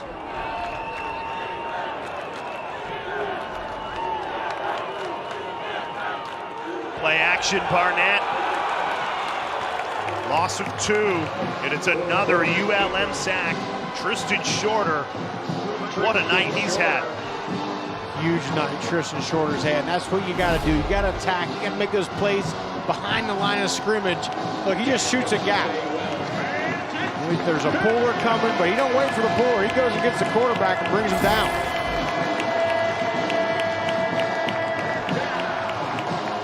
When Brian Vincent took over this ULM job, he brought 36 kids to campus. Tristan Shorter stood up on a table and said, "I'm coming to play here. Who's coming with me?" 31 of those 36 ended up signing. Pass is caught on a 3rd down, but well short of the sticks. Taylor Thompson, good grab, gain of 8, and now a decision. What do you do on a 4th and 4, Rocky? Well, you're kind of in at no man's land right here. Ball's at the 37-yard line of ULM. Too far away to kick a field goal, so I think Bob Chesney's going to take his chances here. ESPN analytics say, go for it. Keep Alonzo Barnett in the pocket. Don't let him scramble. No rush lanes. Barnett sets his feet, throws, incomplete. Turnover on downs. The ULM defense holds strong again. Man, I just don't love that call right there. You're throwing a ball 30 yards across the field to try to get 4. That's a tough throw. Receivers going away from the quarterback. Again, such a long throw. I like to think there's something you can get in between the numbers at least. You wonder if that's what they're discussing right there. Let's get a little higher percentage pass. Now that's offensive coordinator Dean Kennedy talking with head coach Bob Chesney. They were together at Holy Cross. Chesney brought Kennedy with him when he took over the James Madison job. They have had to rebuild this offense. They lost 96% of their production. They've done a really nice job, especially the last 2 weeks of the season. You could argue they're the most prolific offense in all of college football, 133 points. 70 against North Carolina, 63 against Ball State, but only 13 tonight against ULM. Yeah, this is a different kind of defense, though. Guys that fly around, they fly around the ball, and again, they're not going to allow things up the middle because they're really stout on the inside, but then they got the speed to hold their edges. Just forcing errant throws by the quarterback. Armenta hits his target, shoved out of bounds.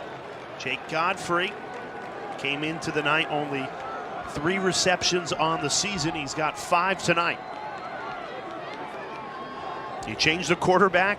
Armenta clearly has a favorite target in Godfrey, and for good reason. They played last year for the New Mexico Lobos together. Yeah, continuity, right? Lots of reps them two have had even before they showed up here together at ULM.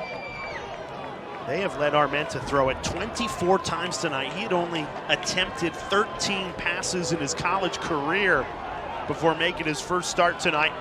There's Devon Wells in the backfield, the receiver. Armenta goes right back to Godfrey. Made the catch, 1 yard shy of the line to gain, and another decision. What do you do if you're ULM? I tell you what, you just wonder how many more opportunities you're going to have. Looks like they're going to go for it. And I'm putting that ball in the hands of Ahmad Hardy, I think. Great zone runner here. You like your offensive line. You've been wearing away at JMU all night. Play clock down to 8. Direct snap to Hardy. He's got the first down. Heck of a push by that offensive line. Ahmad Hardy, the freshman running back, continues a prolific first campaign. And you love the confidence Bryant Vincent had in Ahmad Hardy. I don't know if I've seen Ahmad Hardy go backwards one time this year. He's going to take this ball and he runs downhill, violent, right up the middle. That's just like a sledgehammer coming right in the middle of your defense. Picks it up. And we head to the fourth quarter, a 1-point game between undefeated James Madison and the underdogs ULM. People around here say this might be the biggest home game ever, biggest game since their bowl game in 2012, and boy, it's lived up to it. Development of nearly 400 student athletes who compete in 17 varsity sports in ULM. It's our town. It's our university. It's our people. Former players. Each other. This opportunity, man, from play one to the last snap. Live by the code. Now that was pregame. ULM head coach Bryant Vincent says, we'll play to the last snap. Let's make it a fourth quarter game. Well, here we are, start of the fourth quarter, and ULM heavy underdogs. A 1-point lead against undefeated James Madison. Rocky Boyman, Jay Alter with you. How does Bryant Vincent and this Warhawks team protect this fourth quarter lead? Well, first of all, just an exceptional job he has done getting his team ready and in the mindset. They're flying around out there on defense, well balanced on offense. I think now you turn to this run game. We've been pounding away at that JMU D-line all night. Now let's see if it pays off. Movement on the offensive line. Start offense number 56. 5-yard penalty. Remain second down. That's the other thing. Just got to stop the self-inflicted mistakes. Cannot have those. Not talented enough right now to be able to have that happen so much. This is a ULM program that's been down for more than a decade. They've only made one bowl game in the entire history of the program. That was back in 2012. This would be the biggest win since they beat Alabama in 2007. 14 minutes left of the fourth quarter. Play action. Armenta slings it. Incomplete. Pass incomplete. He's looking for Devon Wells. And there's where that penalty is so critical there. You like to think they're going to run the ball with Ahmad Hardy, but now it goes back to 2nd and 15. So second and 14, moves the sticks back. You throw an air pass, and now here we are, 3rd and long. The line to gain all the way at the JMU 39-yard line. They're stuck at their own 47. They're 0 for 3 on 3rd and 9 or longer. Trying to change that here. Armenta dials up the deep ball. Jump ball. It's caught. Artis Cole. What a grab. Gain of 30 to keep the drive alive on 3rd and 14. What a great job by Artis Cole. This ball is up in the air. Shields off the defender. Comes back to the ball. Shields off Jordan Taylor. Great job. Like a basketball player, Jay, just using his body to shield and make a big throw. And a great job by Armenta. JMU had brought pressure off the left side. He was going to take a shot and delivered a money ball. If you're going to upset an undefeated, talented James Madison team, you have to make plays like that. on 3rd and long. Now as they enter the red zone, how do the Warhawks punch this in for a touchdown and not settle for a field goal? If I'm them, I'm hanging on to that run game. 2nd and 6. I'm keeping Ahmad Hardy in there, James Jones or Taven Curry, whoever it is, and I'm leaning on this run, choose some clock, punch this thing in.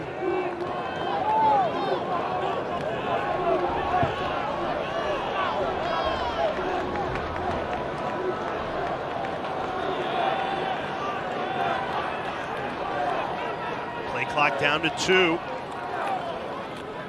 Armenta keeps it inside the 10, shoved out of bounds. It'll be 1st and goal after a gain of 13 by the quarterback, Aiden Armenta. What a fantastic job of misdirection. Get the defender's eyeballs going one way and keep it back the other way. They're thinking this is a hard zone play to the left. Nope. Quarterback pulls that thing out, has Nate Sullivan, the tight end, leading the way. Love that play call. Defense right there, Jay, they're hunkered down. They're saying we're back in near our own end zone. We got to come downhill, attack that run. They pull it and keep it with the quarterback. Ahmad Hardy back into the game behind Armenta, who's in the pistol. Keep pounding.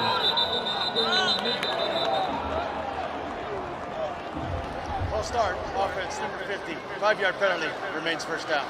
That's the center, Carter Miller, for the 2nd time on this drive, commits false start. And you wonder, is it the stemming and some of the things that JMU is doing on defense?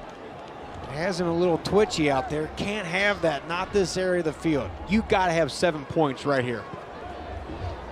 And again, it just kind of deters your ability to just lean on the run for 3 downs in a row when you get backed up.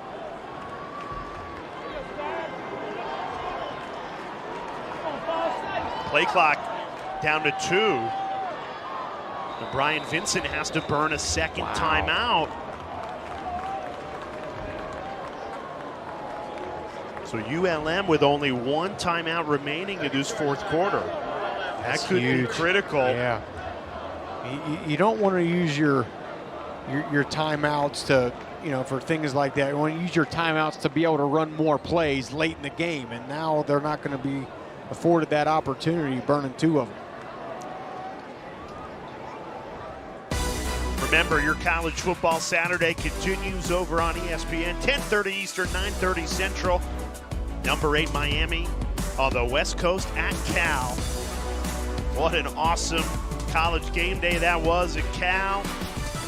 Hosting for the first time. And I'll tell you what, I love when college game day goes to unique campuses. I remember when they did it at James Madison. Yeah. What a scene that was. How great was that? Yeah. This is really a football powerhouse that's emerged for James Madison. They make that transition just 3 years ago from FCS to FBS. They have proven they belong at this level. Now can their defense get a stop, hold ULM to 3, and give their offense an opportunity to engineer a 4th quarter comeback? There's Lyle Hemphill, JMU's defensive coordinator, knows he needs a big stop here. And remember, this is a JMU defense that leads all of college football in takeaways. What a moment this would be for one. 1st and goal. Handoff. Hit immediately. No room to run for James Jones. Swallowed up by Eric O'Neal. Zone read right there. Aiden Armenta, he's got to keep that ball at defensive end. Closes down on the dive. Pull that thing. Have confidence down here. And I know ULM wants to run a lot of play clock off, protect this lead, but you only have 1 timeout left, and they've been leaving it late a lot. Yep. Changes the game. Play clock down under 10.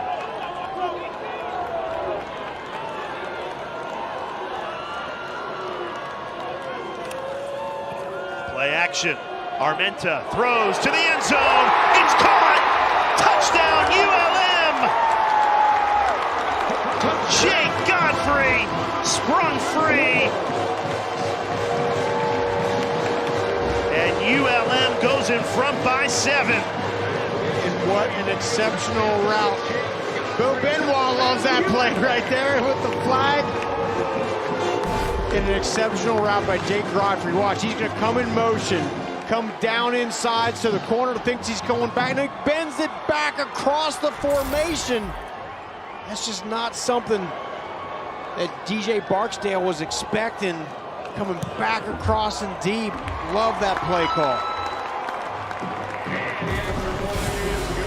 Here we are, late in the game, just like Brian Vincent wants it.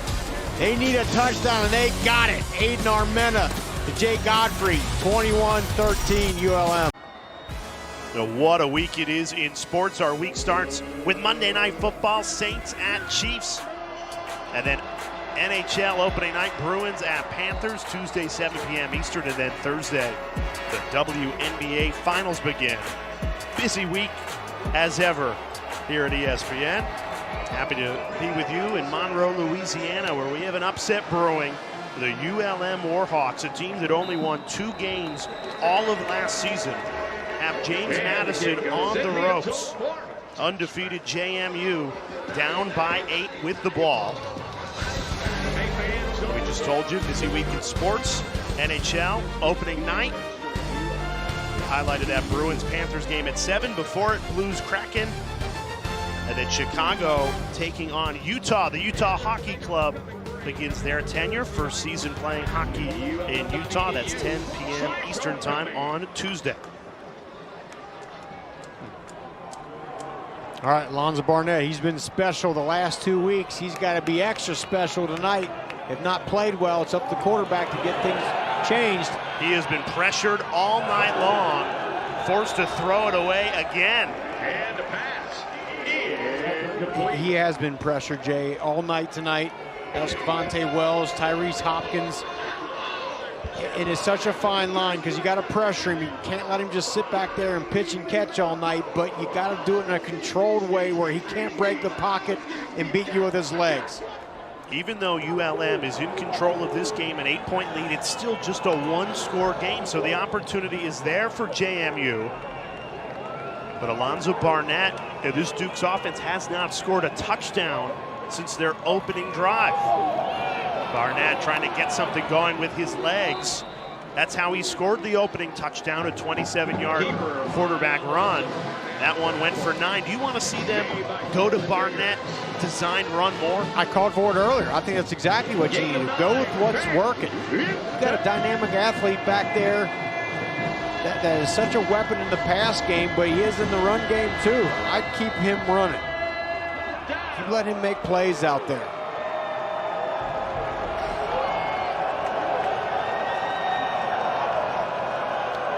Third and 1, Barnett, quarterback keeper. Big hit, driven backwards. Forward progress gives James Madison the first down, but what a tackle.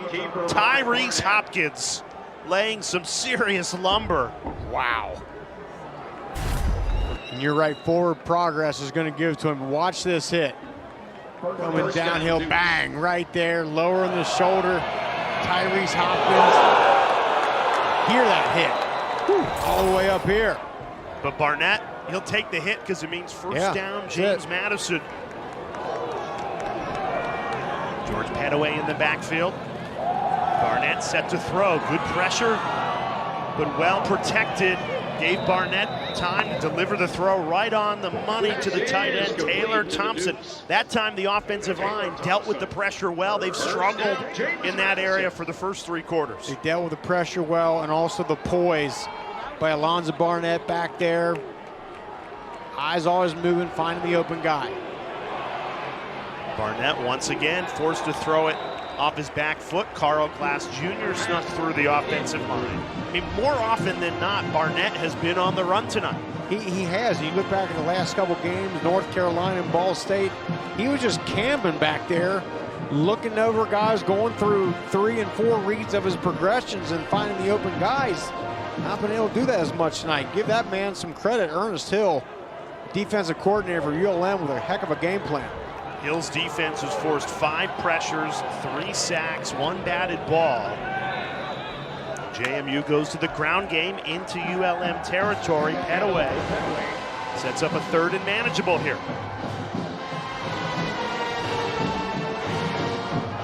Same deal. ULM, get after the quarterback.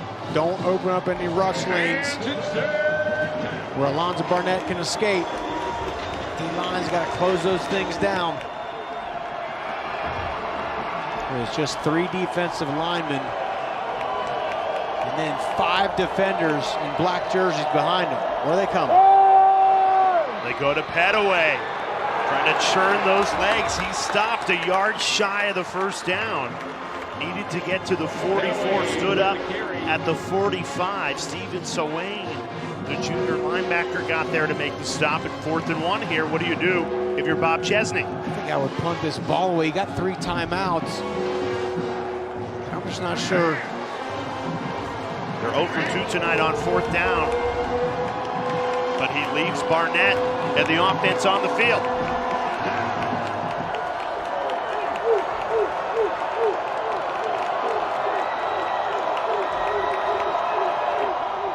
Tyler Purdy rumbles forward for the first down. The transfer from Holy Cross, who followed his head coach Bob Chesney to James Madison, delivers on a 4th and 1. Huge. Just right up the gut. Good blocking, good combo blocks by the offensive line up front. You see that JMU offense, hands on the hips right now. This has been a hot game. This is a slugfest, going to come down to the wire, Jay. Exactly what you want on a Saturday night. Some Sun Belt after dark. Barnett right on the money. It's the tight end, Taylor Thompson again. Stayed on his feet to the 24-yard line. Gain of 16. JMU in business here. There has been a distinct difference. When Alonzo Barnett has had some time, he's been able to go through the progressions and find the open guy, in this case, Taylor Thompson, the tight end. ULM defensively has brought a relentless pressure, but the O-line for JMU has picked it up twice on this drive, and Barnett has delivered. Barnett, good protection again, throws to the end zone, incomplete. Barnett just missed an open Cam Ross, inches away from a Duke's touchdown. It was close. We've seen Barnett complete that pass a bunch this year. Accurate. Just outside the fingertips of Cam Ross. That's close. He goes barreling into the sideboard there. This is the 11th play of a long James Madison drive. Barnett keeps it, trying to turn that corner, can't find the edge, drilled and dropped for a loss of 2.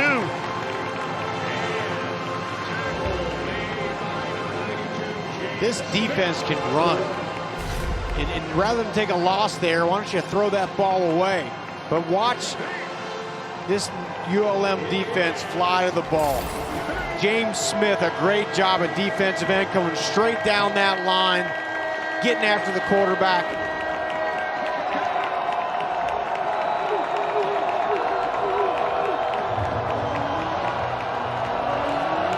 JMU looking at the sideline. Let's see what the play call is, reading the defense.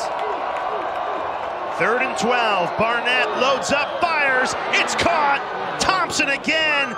The tight end's been terrific on this drive. A gain of 16. What a 3rd down pickup. 1st and goal, JMU. I always say the tight end is the quarterback's best friend. And just a great job shooting that ball over top of the linebacker, Carl Glass, and underneath the safety. You know your tight end's got some size. You throw it up high to him. What a great pitch and catch. Under 5 minutes left in this one. James Madison trying to punch it in. Barnett, good protection. Nobody open though. Pressure breaks through and Barnett has to throw it away. Good coverage on the back end there. ULM defensively, same thing. They got some hands on some hips. They're trying to rotate some guys in there. Got to find a way to get pressure here. This has been a long James Madison drive. 14th play upcoming. And it's a 2nd and goal. Duke's trailing by 8 on the road.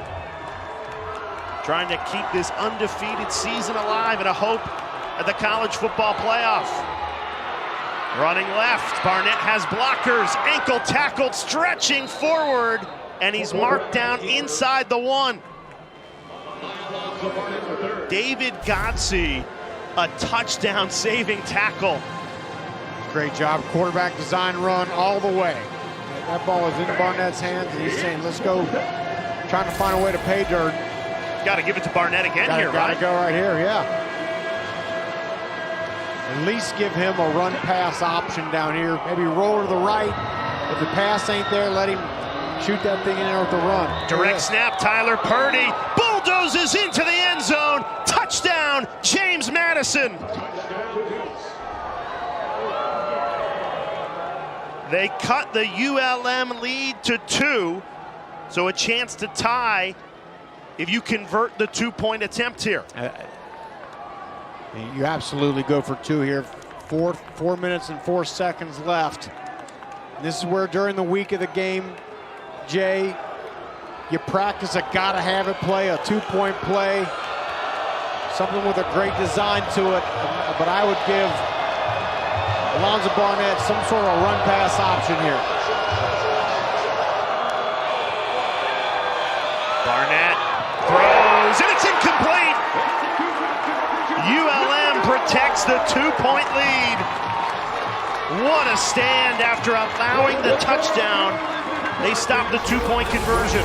ULM gives up a 15-play touchdown drive, but they come up big when they had to. The stop 2-point conversion. 2 defenders converging on the ball. UL Monroe up 21-19. ESPN College Football Primetime is presented by Ice Cold Dr. Pepper. College football, it's a pepper thing.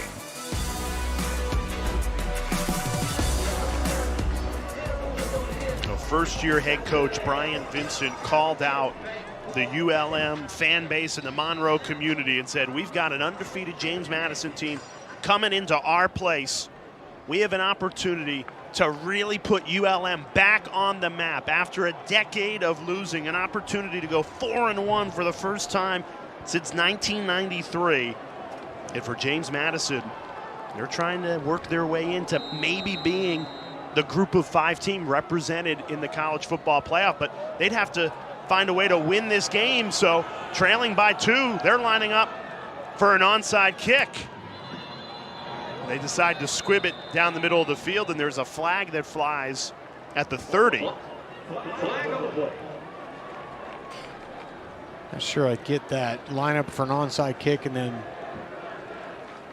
pooching it down the middle. And you have all 3 timeouts. Yeah, Play game kicking team. After they're ready for play, the kicker moved the ball to a separate spot. 5-yard penalty. Redo the kickoff. Now you have to kick it deep. Yeah. And if you looked at on that field, ULM had reacted to the onside kick formation, had nobody deep. Why don't you just kick that ball the heck deep and pin them back? Yeah, I didn't understand the getting the formation. You do 1 or 2 things there. You either go for the onside kick or you kick that thing deep.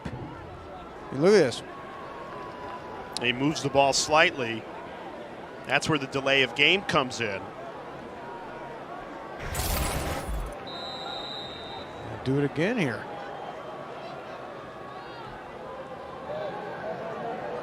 I think you got to kick this deep, Rocky. I don't know. And that's ultimately what they do, but ULM's going to have excellent field position.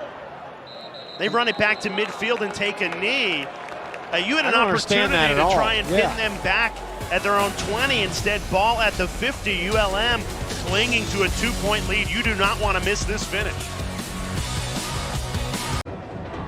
We welcome you back to ESPN College Football Primetime, presented by Dr. Pepper. Fun finish coming in Monroe, Rocky Boyman, but a bizarre call in the special teams game. Yeah, I don't understand this at all. You got a 2-point game with 4 minutes left. You line up for an onside kick, which I would not have done, but you hamstring yourself when you put the ball flat on the ground, because now you've taken away the option of kicking the thing deep, even when they bring their returner up. If the ball's on the on a tee or even being held, okay, you have the option to blast that thing deep and pin them back.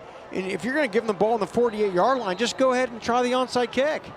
Yeah, instead, Hansen squibbed it to the 40. ULM returned it to the 48. So great starting field position for this Warhawks team. And remember, Jay, they had an opportunity. They were offside, so that moved them back, and then they tried the same thing. I don't really get that there. Either do the onside kick or kick the ball deep. But again, when you lay that ball on its side like that, there's just no coming back from it. Well, even despite that miscue, James Madison still very much in this game, trailing by 2. They have all 3 timeouts. 3:30 left in regulation. ULM clinging to a 2-point lead. They're going to throw the ball. Armenta. Shovel past it, and it's intercepted. What a mistake by Aiden Armenta. Instead of throwing it away, Trent Hendrick intercepts the shovel pass, and James Madison. Moving on the field is a forward pass intercepted by the defense.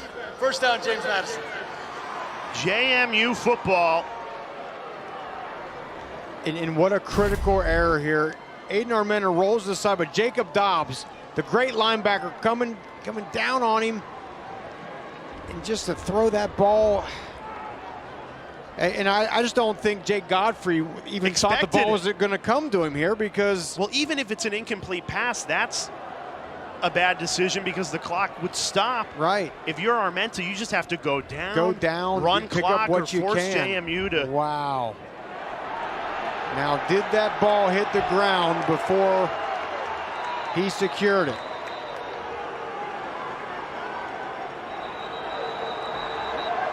This will be your best look.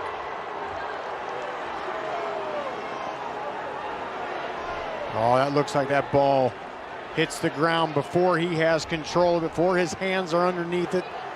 The ball's allowed to hit the ground if you have possession and control of it, but to me, that thing hits the ground, bobbles up, and then he secures it. Use their final timeout to challenge the ruling of an interception on the field.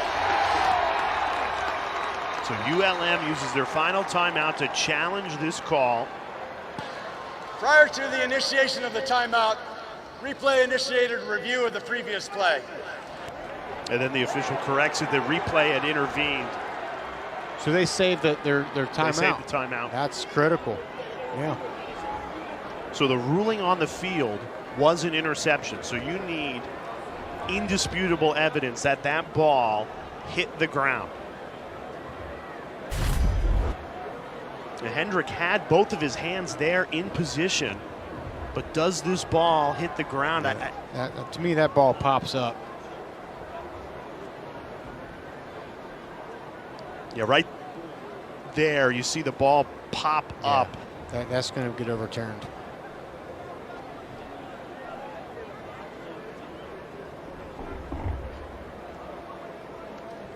Now, it is a critical moment in this game.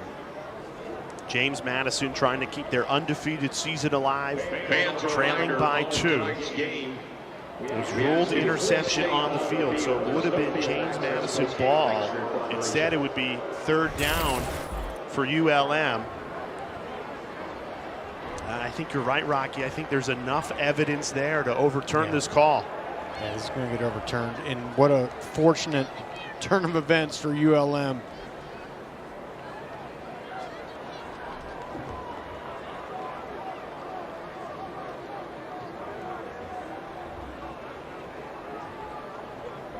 James Madison will protect all 3 of their timeouts here, because this, if it's overturned, would still be ruled an incomplete pass.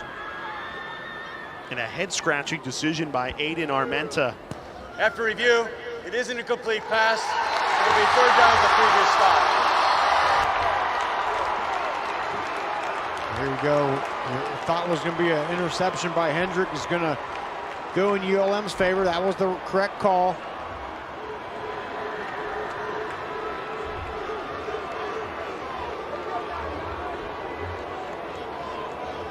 Is now going to be 3rd and 10.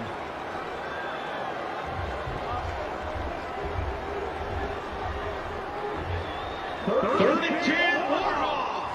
How aggressive do you want to be if you're ULM? Do you try and pick it up and through the air, or do you run it and force James Madison to take a timeout? Either way, I don't try to force anything, okay? If the throw is there, make it, again, but don't throw the ball into coverage. By the review team. ULM has 1 remaining timeout in the game. A good clarification there that was a booth-initiated review, so ULM will hold on to that 1 timeout. Yeah, no critical errors here. Don't throw the ball into harm's way. Punt the ball away. Your defense is playing great. They do have Devon Wells in the slot at the top of the screen. He'd be your go-to guy in critical moments. Go to big players.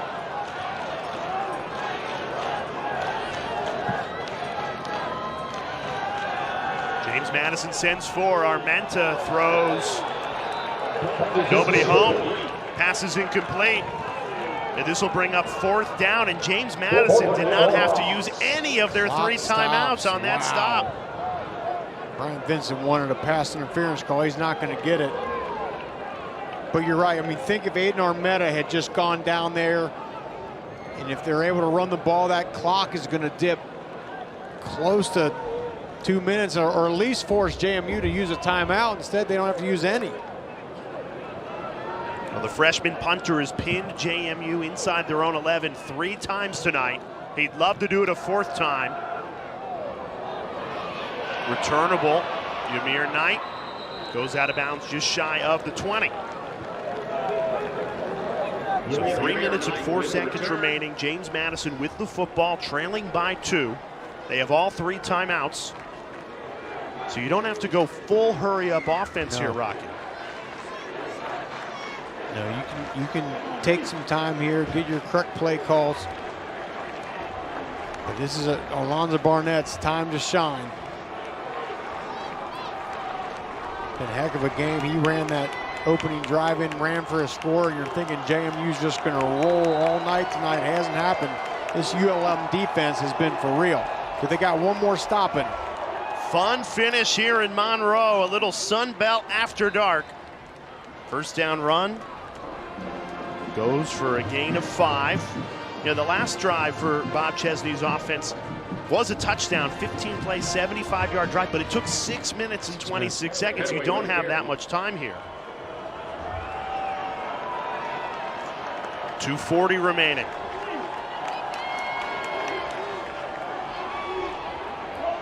Barnett running it. Big hit, stays on his feet. First down, James Madison. And the redshirt sophomore quarterback, Alonzo Barnett, continues to do damage with his feet. Man, is he tough. He took a shot right there by Carl Funtroy. Come up, laid the wood. Gets right back up. 1st and 10. Pressure coming. Barnett hit as he threw it. Nearly intercepted. Ball bounced just in front of Wydett Williams in the secondary. This is what ULM has been able to do well all night, bring pressure. There's Carl Glass coming right up the gut. Wydett Williams coming from that safety position, getting to the quarterback. Alonzo Barnett has just not had time to just sit back in that pocket all night tonight like he has the last 2 weeks. 8 pressures and 3 sacks forced by this ULM defense. Do they have one more stop left in them? Alonzo Barnett looks right, now comes back left, flag flies. Barnett spun down at the 37.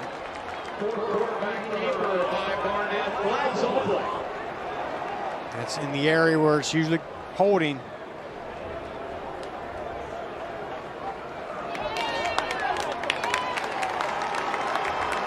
Wow. A back-breaking penalty for JMU.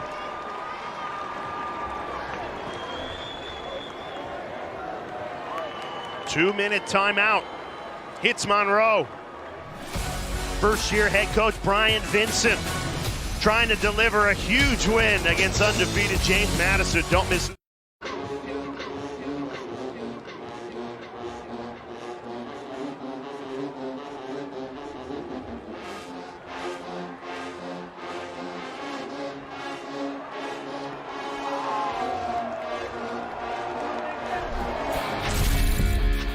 Let's check out today's best moment, brought to you by AT&T 5G. Take you back to the end of the first half. JMU leading 10-7. They're looking for more. Fumble at the 18-yard line. 82 yards to the house. Daniel Knutson totally turned this game upside down. And kept them the momentum on ULM's side. They have held that momentum until now. 1:45 remaining in this fourth quarter. Timeout taken by James Madison. That's interesting, Rocky,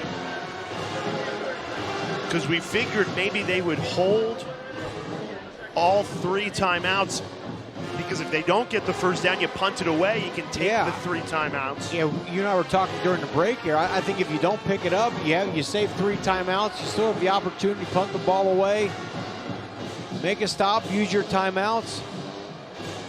But, so now that takes that option away. Yeah, I mean, right now, Bob Chesney is saying that we got to win the game on this drive right here. Wow. So that's still 2 timeouts remaining. 1:48. Clearly 2-down territory. Absolutely. So if you're JMU, you don't have to get all of it right now. You don't need all 10 of it, but you got to get some positive yardage and set yourself up at least for a makeable 4th down try.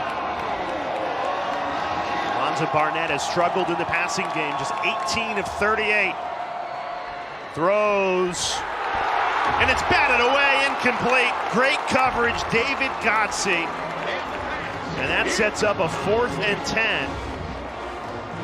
And this is where, if you're James Madison, it was critical to keep that 3rd timeout, because you could punt this away. Yeah. This is essentially a ball game right here. ULM, a team that only won 2 games a year ago, looking for their 4th win.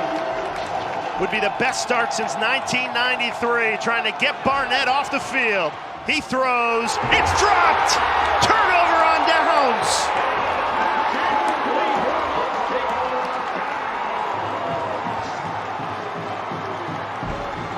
What a moment for the Warhawks. And ULM went aggressive right there, Jay. They bring pressure right up the gut, as they have so many times tonight, right in the quarterback's face. And then a great play on the back end. There it is, the cross A-gap stunt. Forces him to slide. The ball's just a little bit errant there. Carlin Vigors on the coverage, but the ball's a little bit behind Cam Ross. And that was the difference. Now JMU still has 2 timeouts here. And if you're ULM, you are just running this ball all day. 3rd turnover on downs tonight for JMU's offense. A team that had scored 133 points in the last 2 weeks. Stifled by ULM tonight. And I think they're going to get offsides. Full start. Offense number 80. 5-yard penalty. Remains 1st down. All right, so that makes getting the 1st down a little trickier for ULM. Harder. 1 first down ends this game. 100%. But James Madison could use those 2 timeouts, run the 40 seconds off, and still technically have time to get the ball back. At the end. Not ideal. ULM running the ball here. Offensive line, when they stem like that, don't jump. Hand off Harding. Has the edge, has the 1st down. Shoved out of bounds. If he stays in bounds and goes down, this game is over. Yes. Stay in right there. Yeah, this is a true freshman. Hold on, there's a flag down at the 40-yard line as well. This is one you pick up the 1st down, slide, and it's ball game. Holding. Offense number 1. Wow. 10-yard penalty. Remains 1st down. Late flag thrown against the wide receiver Amir Magruder. That was way far away from where the runner Hardy was going. Seemed like it. Oh, here he is right there. I don't think that's a penalty. His hands are within the cage there, within the chest of the defensive back. If he had pulled away, you let him go, but his hands are locked inside. I wouldn't have called that. So after 2 ULM penalties, 1st and 25. Hand off Hardy. James Madison gets the stop immediately. Takes a timeout. They have 1 remaining. Gain of 3 on the play, 2nd and long.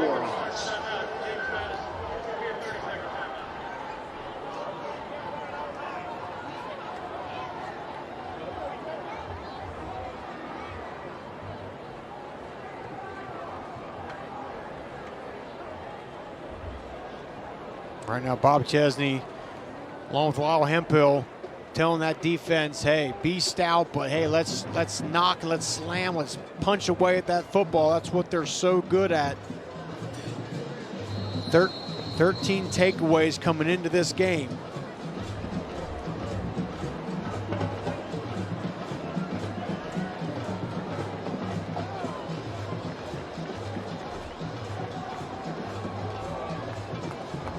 James Madison hoping for a miracle in their first Sun Belt game of the season on the road against a ULM team that they were projected to win by Vegas.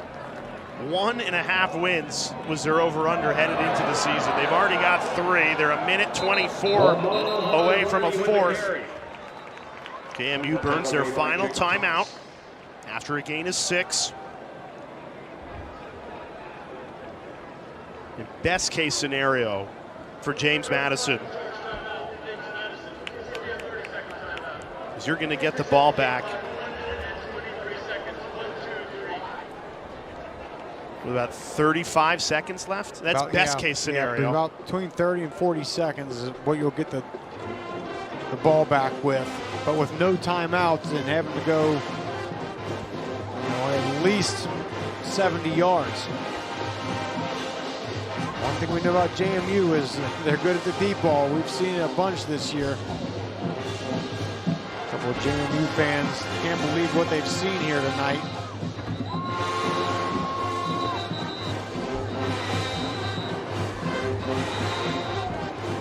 ULM, a program that only won 2 games last year. Now, they've never won a conference championship. They've never won a bowl game. They've only been to 1 bowl game. That was in 2012. Brian Vincent took over a program that had sustained a decade of losing, and he has turned this around quickly. A minute 23 away from a historic win against undefeated James Madison. Armenta holds onto the ball, takes the sack, and now this clock will run. They tried to go with the naked bootleg there. Thought they might catch JMU closing down hard on Hardy. Great job by that defense. So stunningly, James Madison is going to get the ball back now. It would take a miracle to go full field, in but 30 seconds is what they'll have. But they'd only need a field goal, and their kicker's made from 50, so you're telling me there's a chance. Yeah, and Alonzo Barnett has the arm to throw the ball downfield. Mayor Knight calls for the fair catch. Fair catch called for by James Madison. So 33-yard line is where JMU has to get to give their field goal kicker a chance. No timeouts. Okay, and if you're Alonzo Barnett right now, you want to start this drive off with a positive play. Something to the outside part of the field. It don't have to be a home run right here, but get something positive. Get the ball out of bounds. Start this drive off the right way. Then, at some point, you need that big chunk yardage play. ULM one more stop away.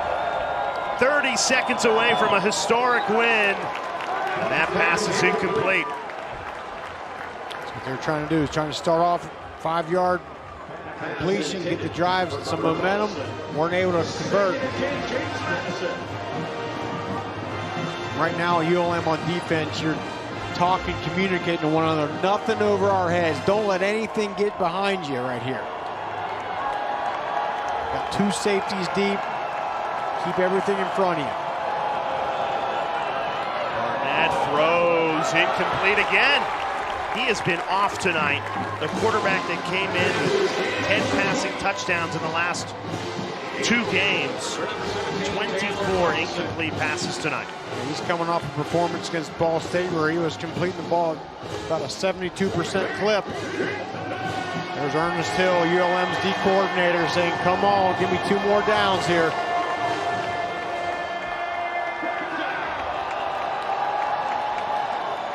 Barnett knows he needs to go deep, but checks it down.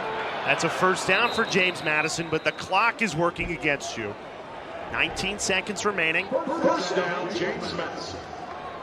Bob Chesney's team down to their final couple of plays here on the road against ULM. Their college football playoff hopes hanging in the balance. We showed you this was a team coming into the day, a 30% chance of being that group of 5 team that makes the playoff. Barnett, quick trigger again. Caught inbounds. Marion Dollison, gain of 5. Only 15 seconds left though. You got to take a shot, Rocky. You got to take a shot, and I'm trying to find a Marion Dollison down the side, deep down the field. If nothing else, try to pull a pass interference call or something. There's Dollison. He's at the top of the screen. If I'm ULM's defense, I got to know where he is. Can't let him beat us on this play. James Madison hoping for a miracle in Monroe. That's broken up in the secondary. Looking for the tight end, Taylor Thompson.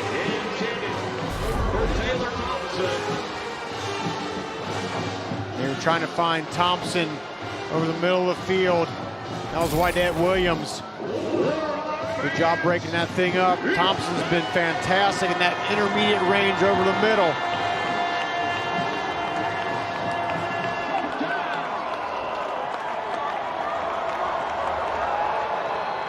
Here's Barnett. Tried to check it down again. Even if he catches the ball, the game's over. Yeah, and there's no way he's going to be able to catch that and get the ball out of bounds. I just don't know why at some point in the last 2 plays you don't try to take a shot downfield. If nothing else, maybe you get a pass interference call, get you 15 yards and a fresh set of downs. It's all going to come down to this play here. Marion Dollison at the top of your screen. He's the speedster. He's the explosive guy. That's why you see there is 3 black jerseys over on his side of the field. Movement on the offensive line.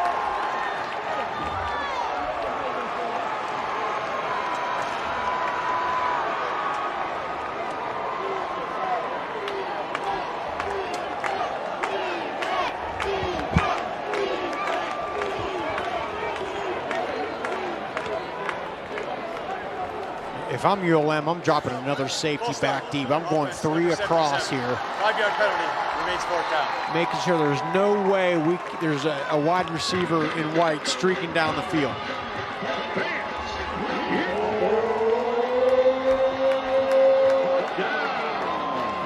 Well, this is your game. 2 first-year head coaches.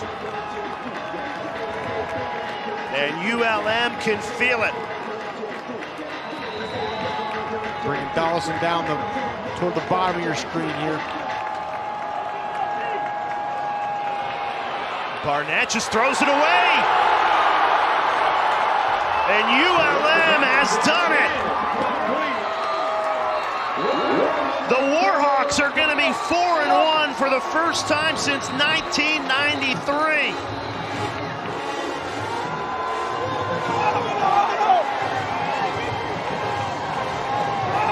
Head coach Brian Vinson said this might be the biggest home game in the history of the program. You got an undefeated James Madison team coming to town, and his team has delivered a win. It's one thing, Jay, to say it's the biggest home game in recent memory here. It's another thing to come out and play the way they have tonight. Exceptional job on defense, getting after Alonzo Barnett, a guy who put up 13 touchdowns the last 2 weeks. You hold him in check, and then your offense takes over. Aiden Armetta made some critical throws. Ahmad Hardy in the run game was fantastic. And how about this? Brian Vincent's squad does the unbelievable. James Madison undefeated no more, knocked off by ULM.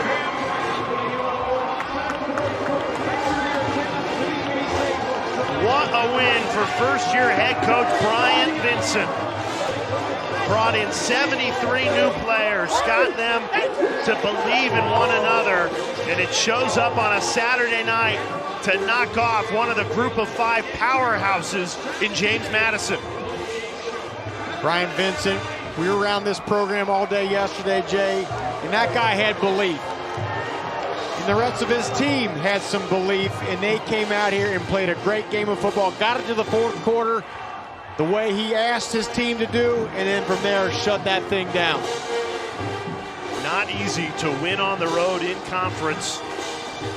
ULM comes up with a huge statement win.